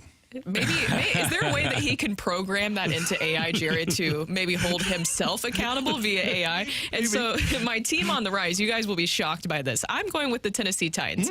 Now that is my team, but I honestly think that this was one of the best off seasons in Titans franchise history because of all the moves that were made. You have offensive-minded Brian Callahan. We got away from the Mike Vrabel era, which I know was controversial, but still having an offensive-minded coach like Callahan is a huge addition. You also have the additions. We know that the offensive line struggled a lot last year with the Titans. Obviously, they couldn't keep Will Levis or any quarterback upright for that matter. They added center Lloyd Cushenberry, and you add running back Tony Pollard, and then you have the wide receiver trio of Calvin Ridley, DeAndre Hopkins, and Tyler Boyd. So a lot of great additions, aggressive additions by the Titans this offseason. I love what they did during the offseason. I think Callahan is a great choice. I think getting Bill Callahan as the offensive line coach is huge. I really like what they've done. And in that division, Houston had a year. I don't know if Houston's ready to take off and become great. We've seen a lot of teams have great years and then fall off. So I don't know about Houston. I don't know. I really don't know anything about any team in that division. Coach Venturi tells me that the Colts are going to be better, but who knows anything about Anthony Richardson? Yeah. Jacksonville just signed Trevor Lawrence for all this money, and they couldn't afford to keep Ridley. And I don't know that the Jaguars have an awful lot more going for them than Trevor Lawrence right now. So I'm with you. I think Tennessee is poised to take a big step this year. What about the Jets? So they solidified their offensive line with 3 starting caliber tackles, and you got to protect Aaron Rodgers. I'll take Aaron Rodgers at 80% to improve this team. I'd take him probably at 60% to improve this team. Their quarterback play was so awful last year. Anything that they get better out of that position. And I understand he's coming off the Achilles injury. I understand he's 40 years old. But I'm looking at the Jets to ascend this year. And he's just got to stay healthy. Is he worth 4 wins? I think he is. I do too. They went 7-10. And they were tight in a lot of games. Yeah. They weren't blown out a bunch, and their defense was really good, so that it remained intact. And so a lot of it is dependent on Aaron Rodgers, how sharp he can be, I think, initially, because he took the year off because of injury, and making sure he stays upright. You protect him, and he's got a chance to pick at defenses. I was going to say, I was like, can he stay upright this season? Yeah. That's the biggest question. And they didn't really make many changes. There was so much going on outside of Aaron Rodgers behind the scenes of what was going on coaching-wise with them. They really didn't make that big of change when it comes to Nathaniel Hackett, Robert Saleh. So I don't know. I'm not fully bought in on the Jets, Dan. The big thing about them, though, as Dan mentioned, is the offensive line. And if the offensive line can perform at a reasonable level, we've seen Aaron Rodgers, and I don't know if he's going to be the Aaron Rodgers that won 3 out of 4 MVPs within the last 6 years, but he makes people around him better. I think the Chiefs are really interesting the Chiefs now with Xavier Worthy, they also added Brown at wide receiver. Maybe a lack of drops. Can they even be better offensively than they were a year ago? Yeah, they could. That's why I had them ascending. I know that may sound crazy when you win Super Bowls like they are, but they may even be better this year. Hollywood. Yeah. Yeah. They're going to be, they'll be, hey, who's their quarterback? He's pretty good. They're going to be good. Yep. Yeah. You have a chance to win games if you're them. By the way, did you guys hear Joe Burrow's pitch for a perfect 18-game NFL schedule? Yeah. 2 bye weeks. Did you guys talk about this? We didn't. No, not yet. The 2 bye weeks, Pro Bowl during a league-wide bye week, week 13. If I'm the NFLPA, I'm like, dude, be quiet. You just gave away our leverage. What are you doing? Right. You know, just be quiet. It sounds great, but be quiet. We don't need that right now. I didn't think that it was a terrible take. I think it makes actually a lot of sense. Now, to be fair, he also was asked hypothetically. He wasn't the one who suggested that kind of scheduling. He was asked a specific hypothetical about that. So I saw that there were some people who were pointing out what you said about the NFLPA. They're going to be so mad about this. It's like, well, he was just kind of answering a question of a hypothetical. He wasn't the one that propositioned it. Sure. I think it's interesting, though. I think we're on our way to that amount of games in a season just because the money is so good. And the minute that players are said, I would say this, the players will be approached with this and say, look, we're getting beat up already. Enough is enough. Yeah. But then they say, oh, by the way, if we add another game, this is what your check is going to look. Okay, I don't feel that bad. I'll figure out my knee injury. Yeah. Changes in a hurry. Yeah. Let me give you one more possibility for poise for regression. A playoff team last year, the Cleveland Browns. If Deshaun Watson is healthy, are they as good as they were when they had Joe Flacco at quarterback last year? No.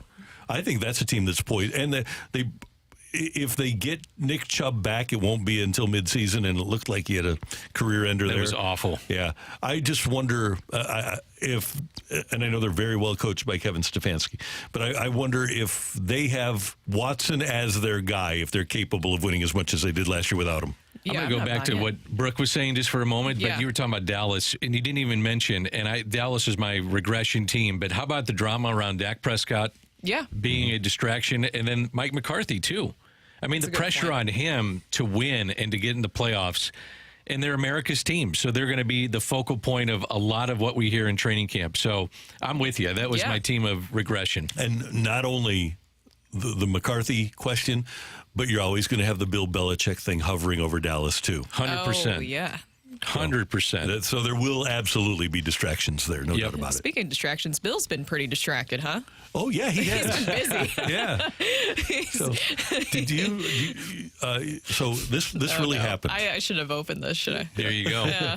Nice job, Brooke. When Jimmy Johnson left the University of Miami to go to the Cowboys, he left his wife in Miami, too, and said, yeah, in college you need a wife. In the NFL you don't. Oh. Yeah. Yeah. So that's the way Jimmy Johnson was rolling.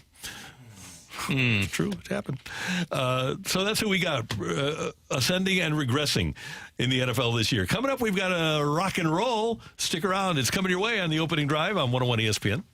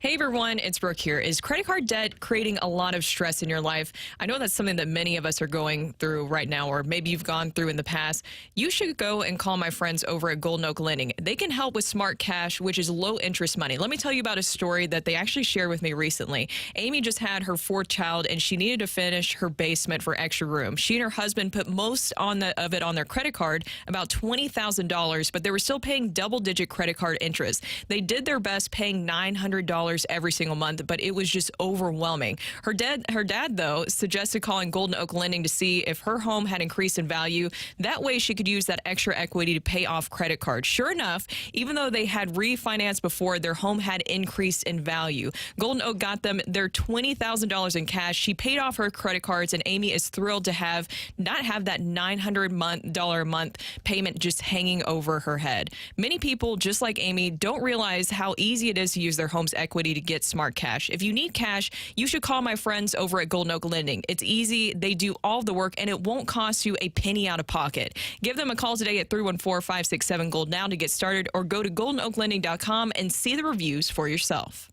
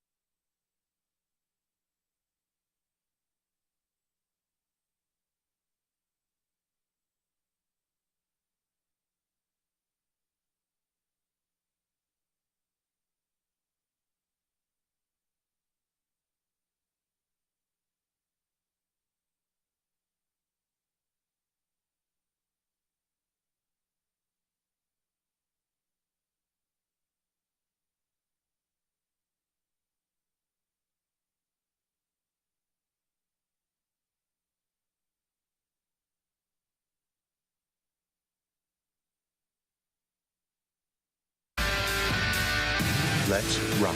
Let's rock today.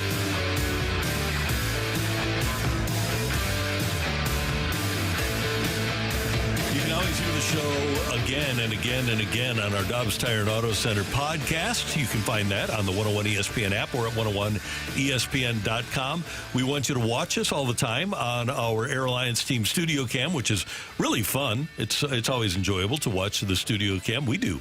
Here in the studio, we watch ourselves. So that's kind of fun. And we've got a little rock and roll for you. Here is Matthew on 101 ESPN. Well, Danny brought up the Joe Burrow 18-game schedule idea, and I just wanted the breakdown.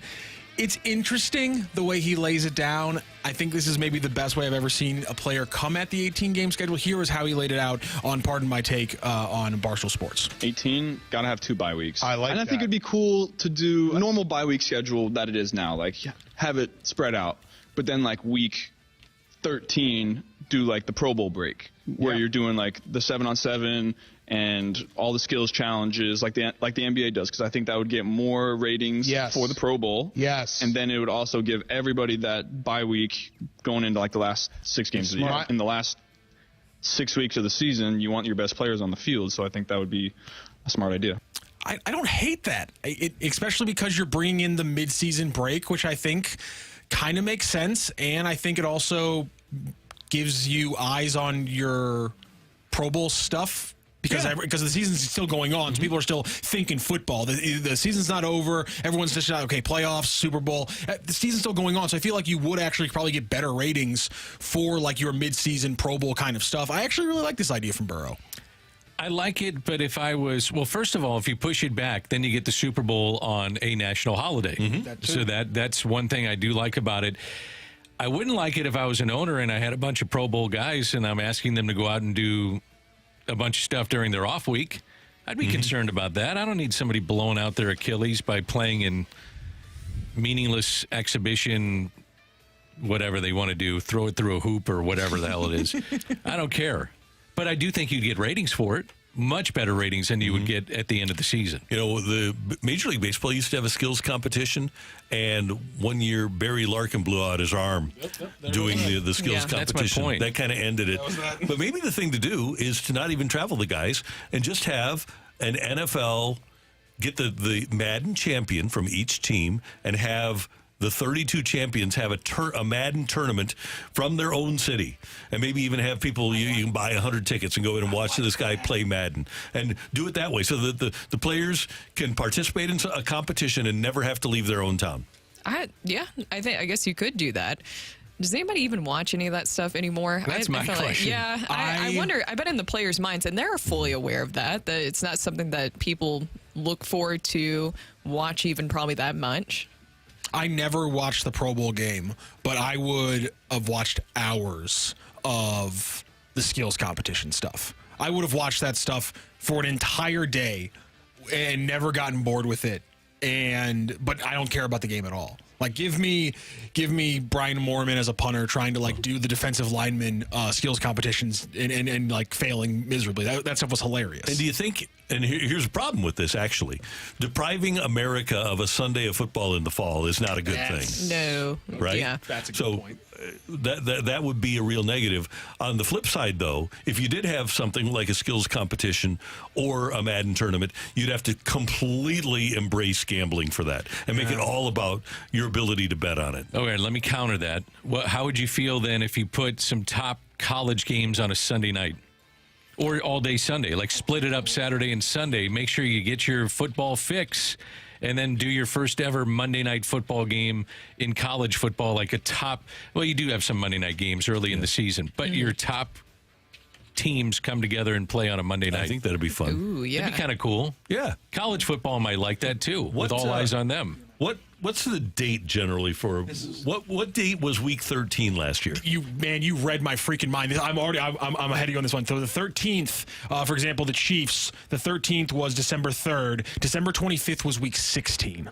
Okay, so December 3rd could be the first week of a playoff. Oh. Yeah. That's where I'm going with this. I thought it might be a playoff weekend. Yeah. So why not do it then? Yeah. And then college football would say, let's do it. Let's have us as the focal point. Because the first weekend you've got 4 games because you have 4 teams that have a bye, I believe. And then the second weekend you would have 4 more games. That'd be December 10th. And then December 17th you go from 4 teams to 2. And then take a couple of weeks off.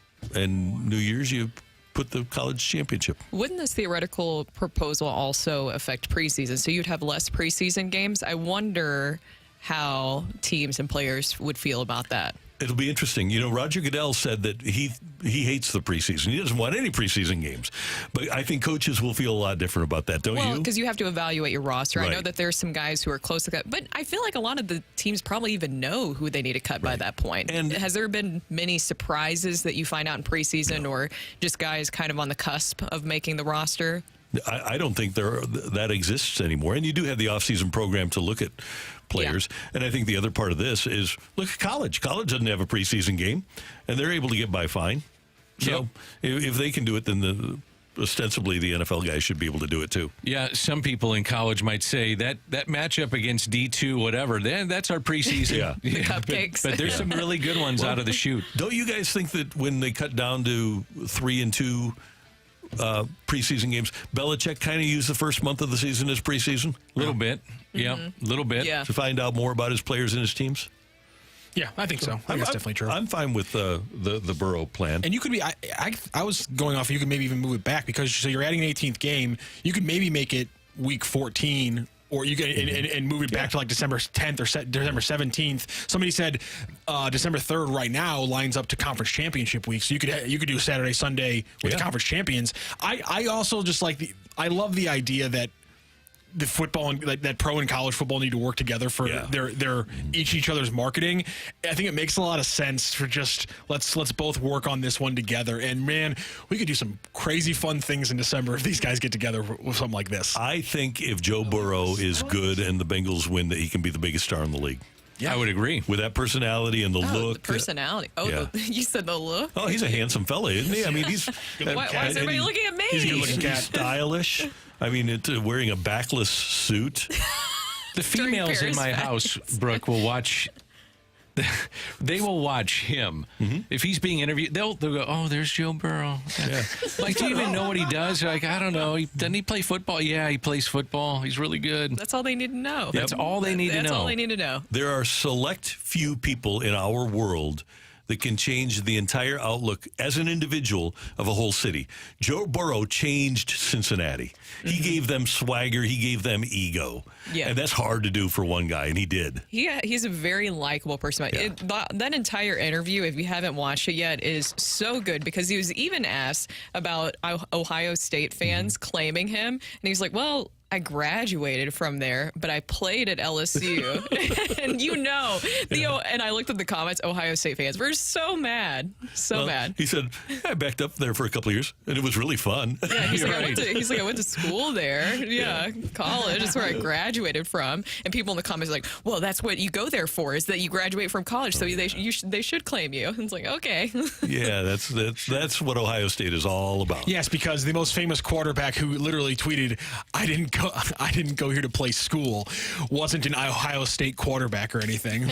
Literally, the guy who tweeted that played for your school. People have a little bit of self-awareness. Self-awareness there. Yep. Come on now. Thanks for that. Great job today by our producer and our audio and video engineer, the one, the only Matthew Rocc. Pleasure. Brooke, did you have fun today? Yes. Brooke had fun. That's a good thing. Danny, you're the best. No, sir. You are, and it's a pleasure. I like it when Rocc does that. Pleasure. And, Brooke used to do that for a living back in the day. Chick-fil-A. It does surprise me when they don't say it's my pleasure. Me too. Or they just say, okay. When they say thanks, I'm like... Okay, so what do you want from a front-facing service person? Like, does it bother anybody when you say, thank you, and they say, no problem?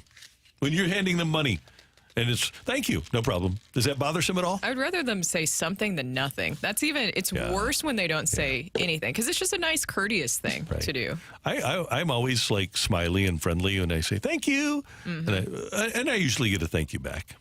That's very nice of you, Randall. I try to be friendly to folks. You always are. I get yelled at a lot on this show and when I used to do food stuff because my response to thank you a lot of the time is thank you and not you're welcome. Thank you is and fine. People get really mad about that for some reason. They should. Here's why. Because if you're in business, like you worked at Smoothie King, right? And Break Co. So you should be, you're thanking them for their business. They're thanking you for the product. You both say thank you. I don't have any problem at all with that. In fact, I think that's the way it should be. Because I answer your thank yous to me, like on the Tioli, I always say thank you instead of you're welcome. And there's texters who hate it. And it's funny to me. Yeah, no, it's we thank you for tuning in, texting in, and being a part of the show. Thank you. And for all of us, until tomorrow morning at 7 o'clock, have a great Taco Tuesday, St. Louis.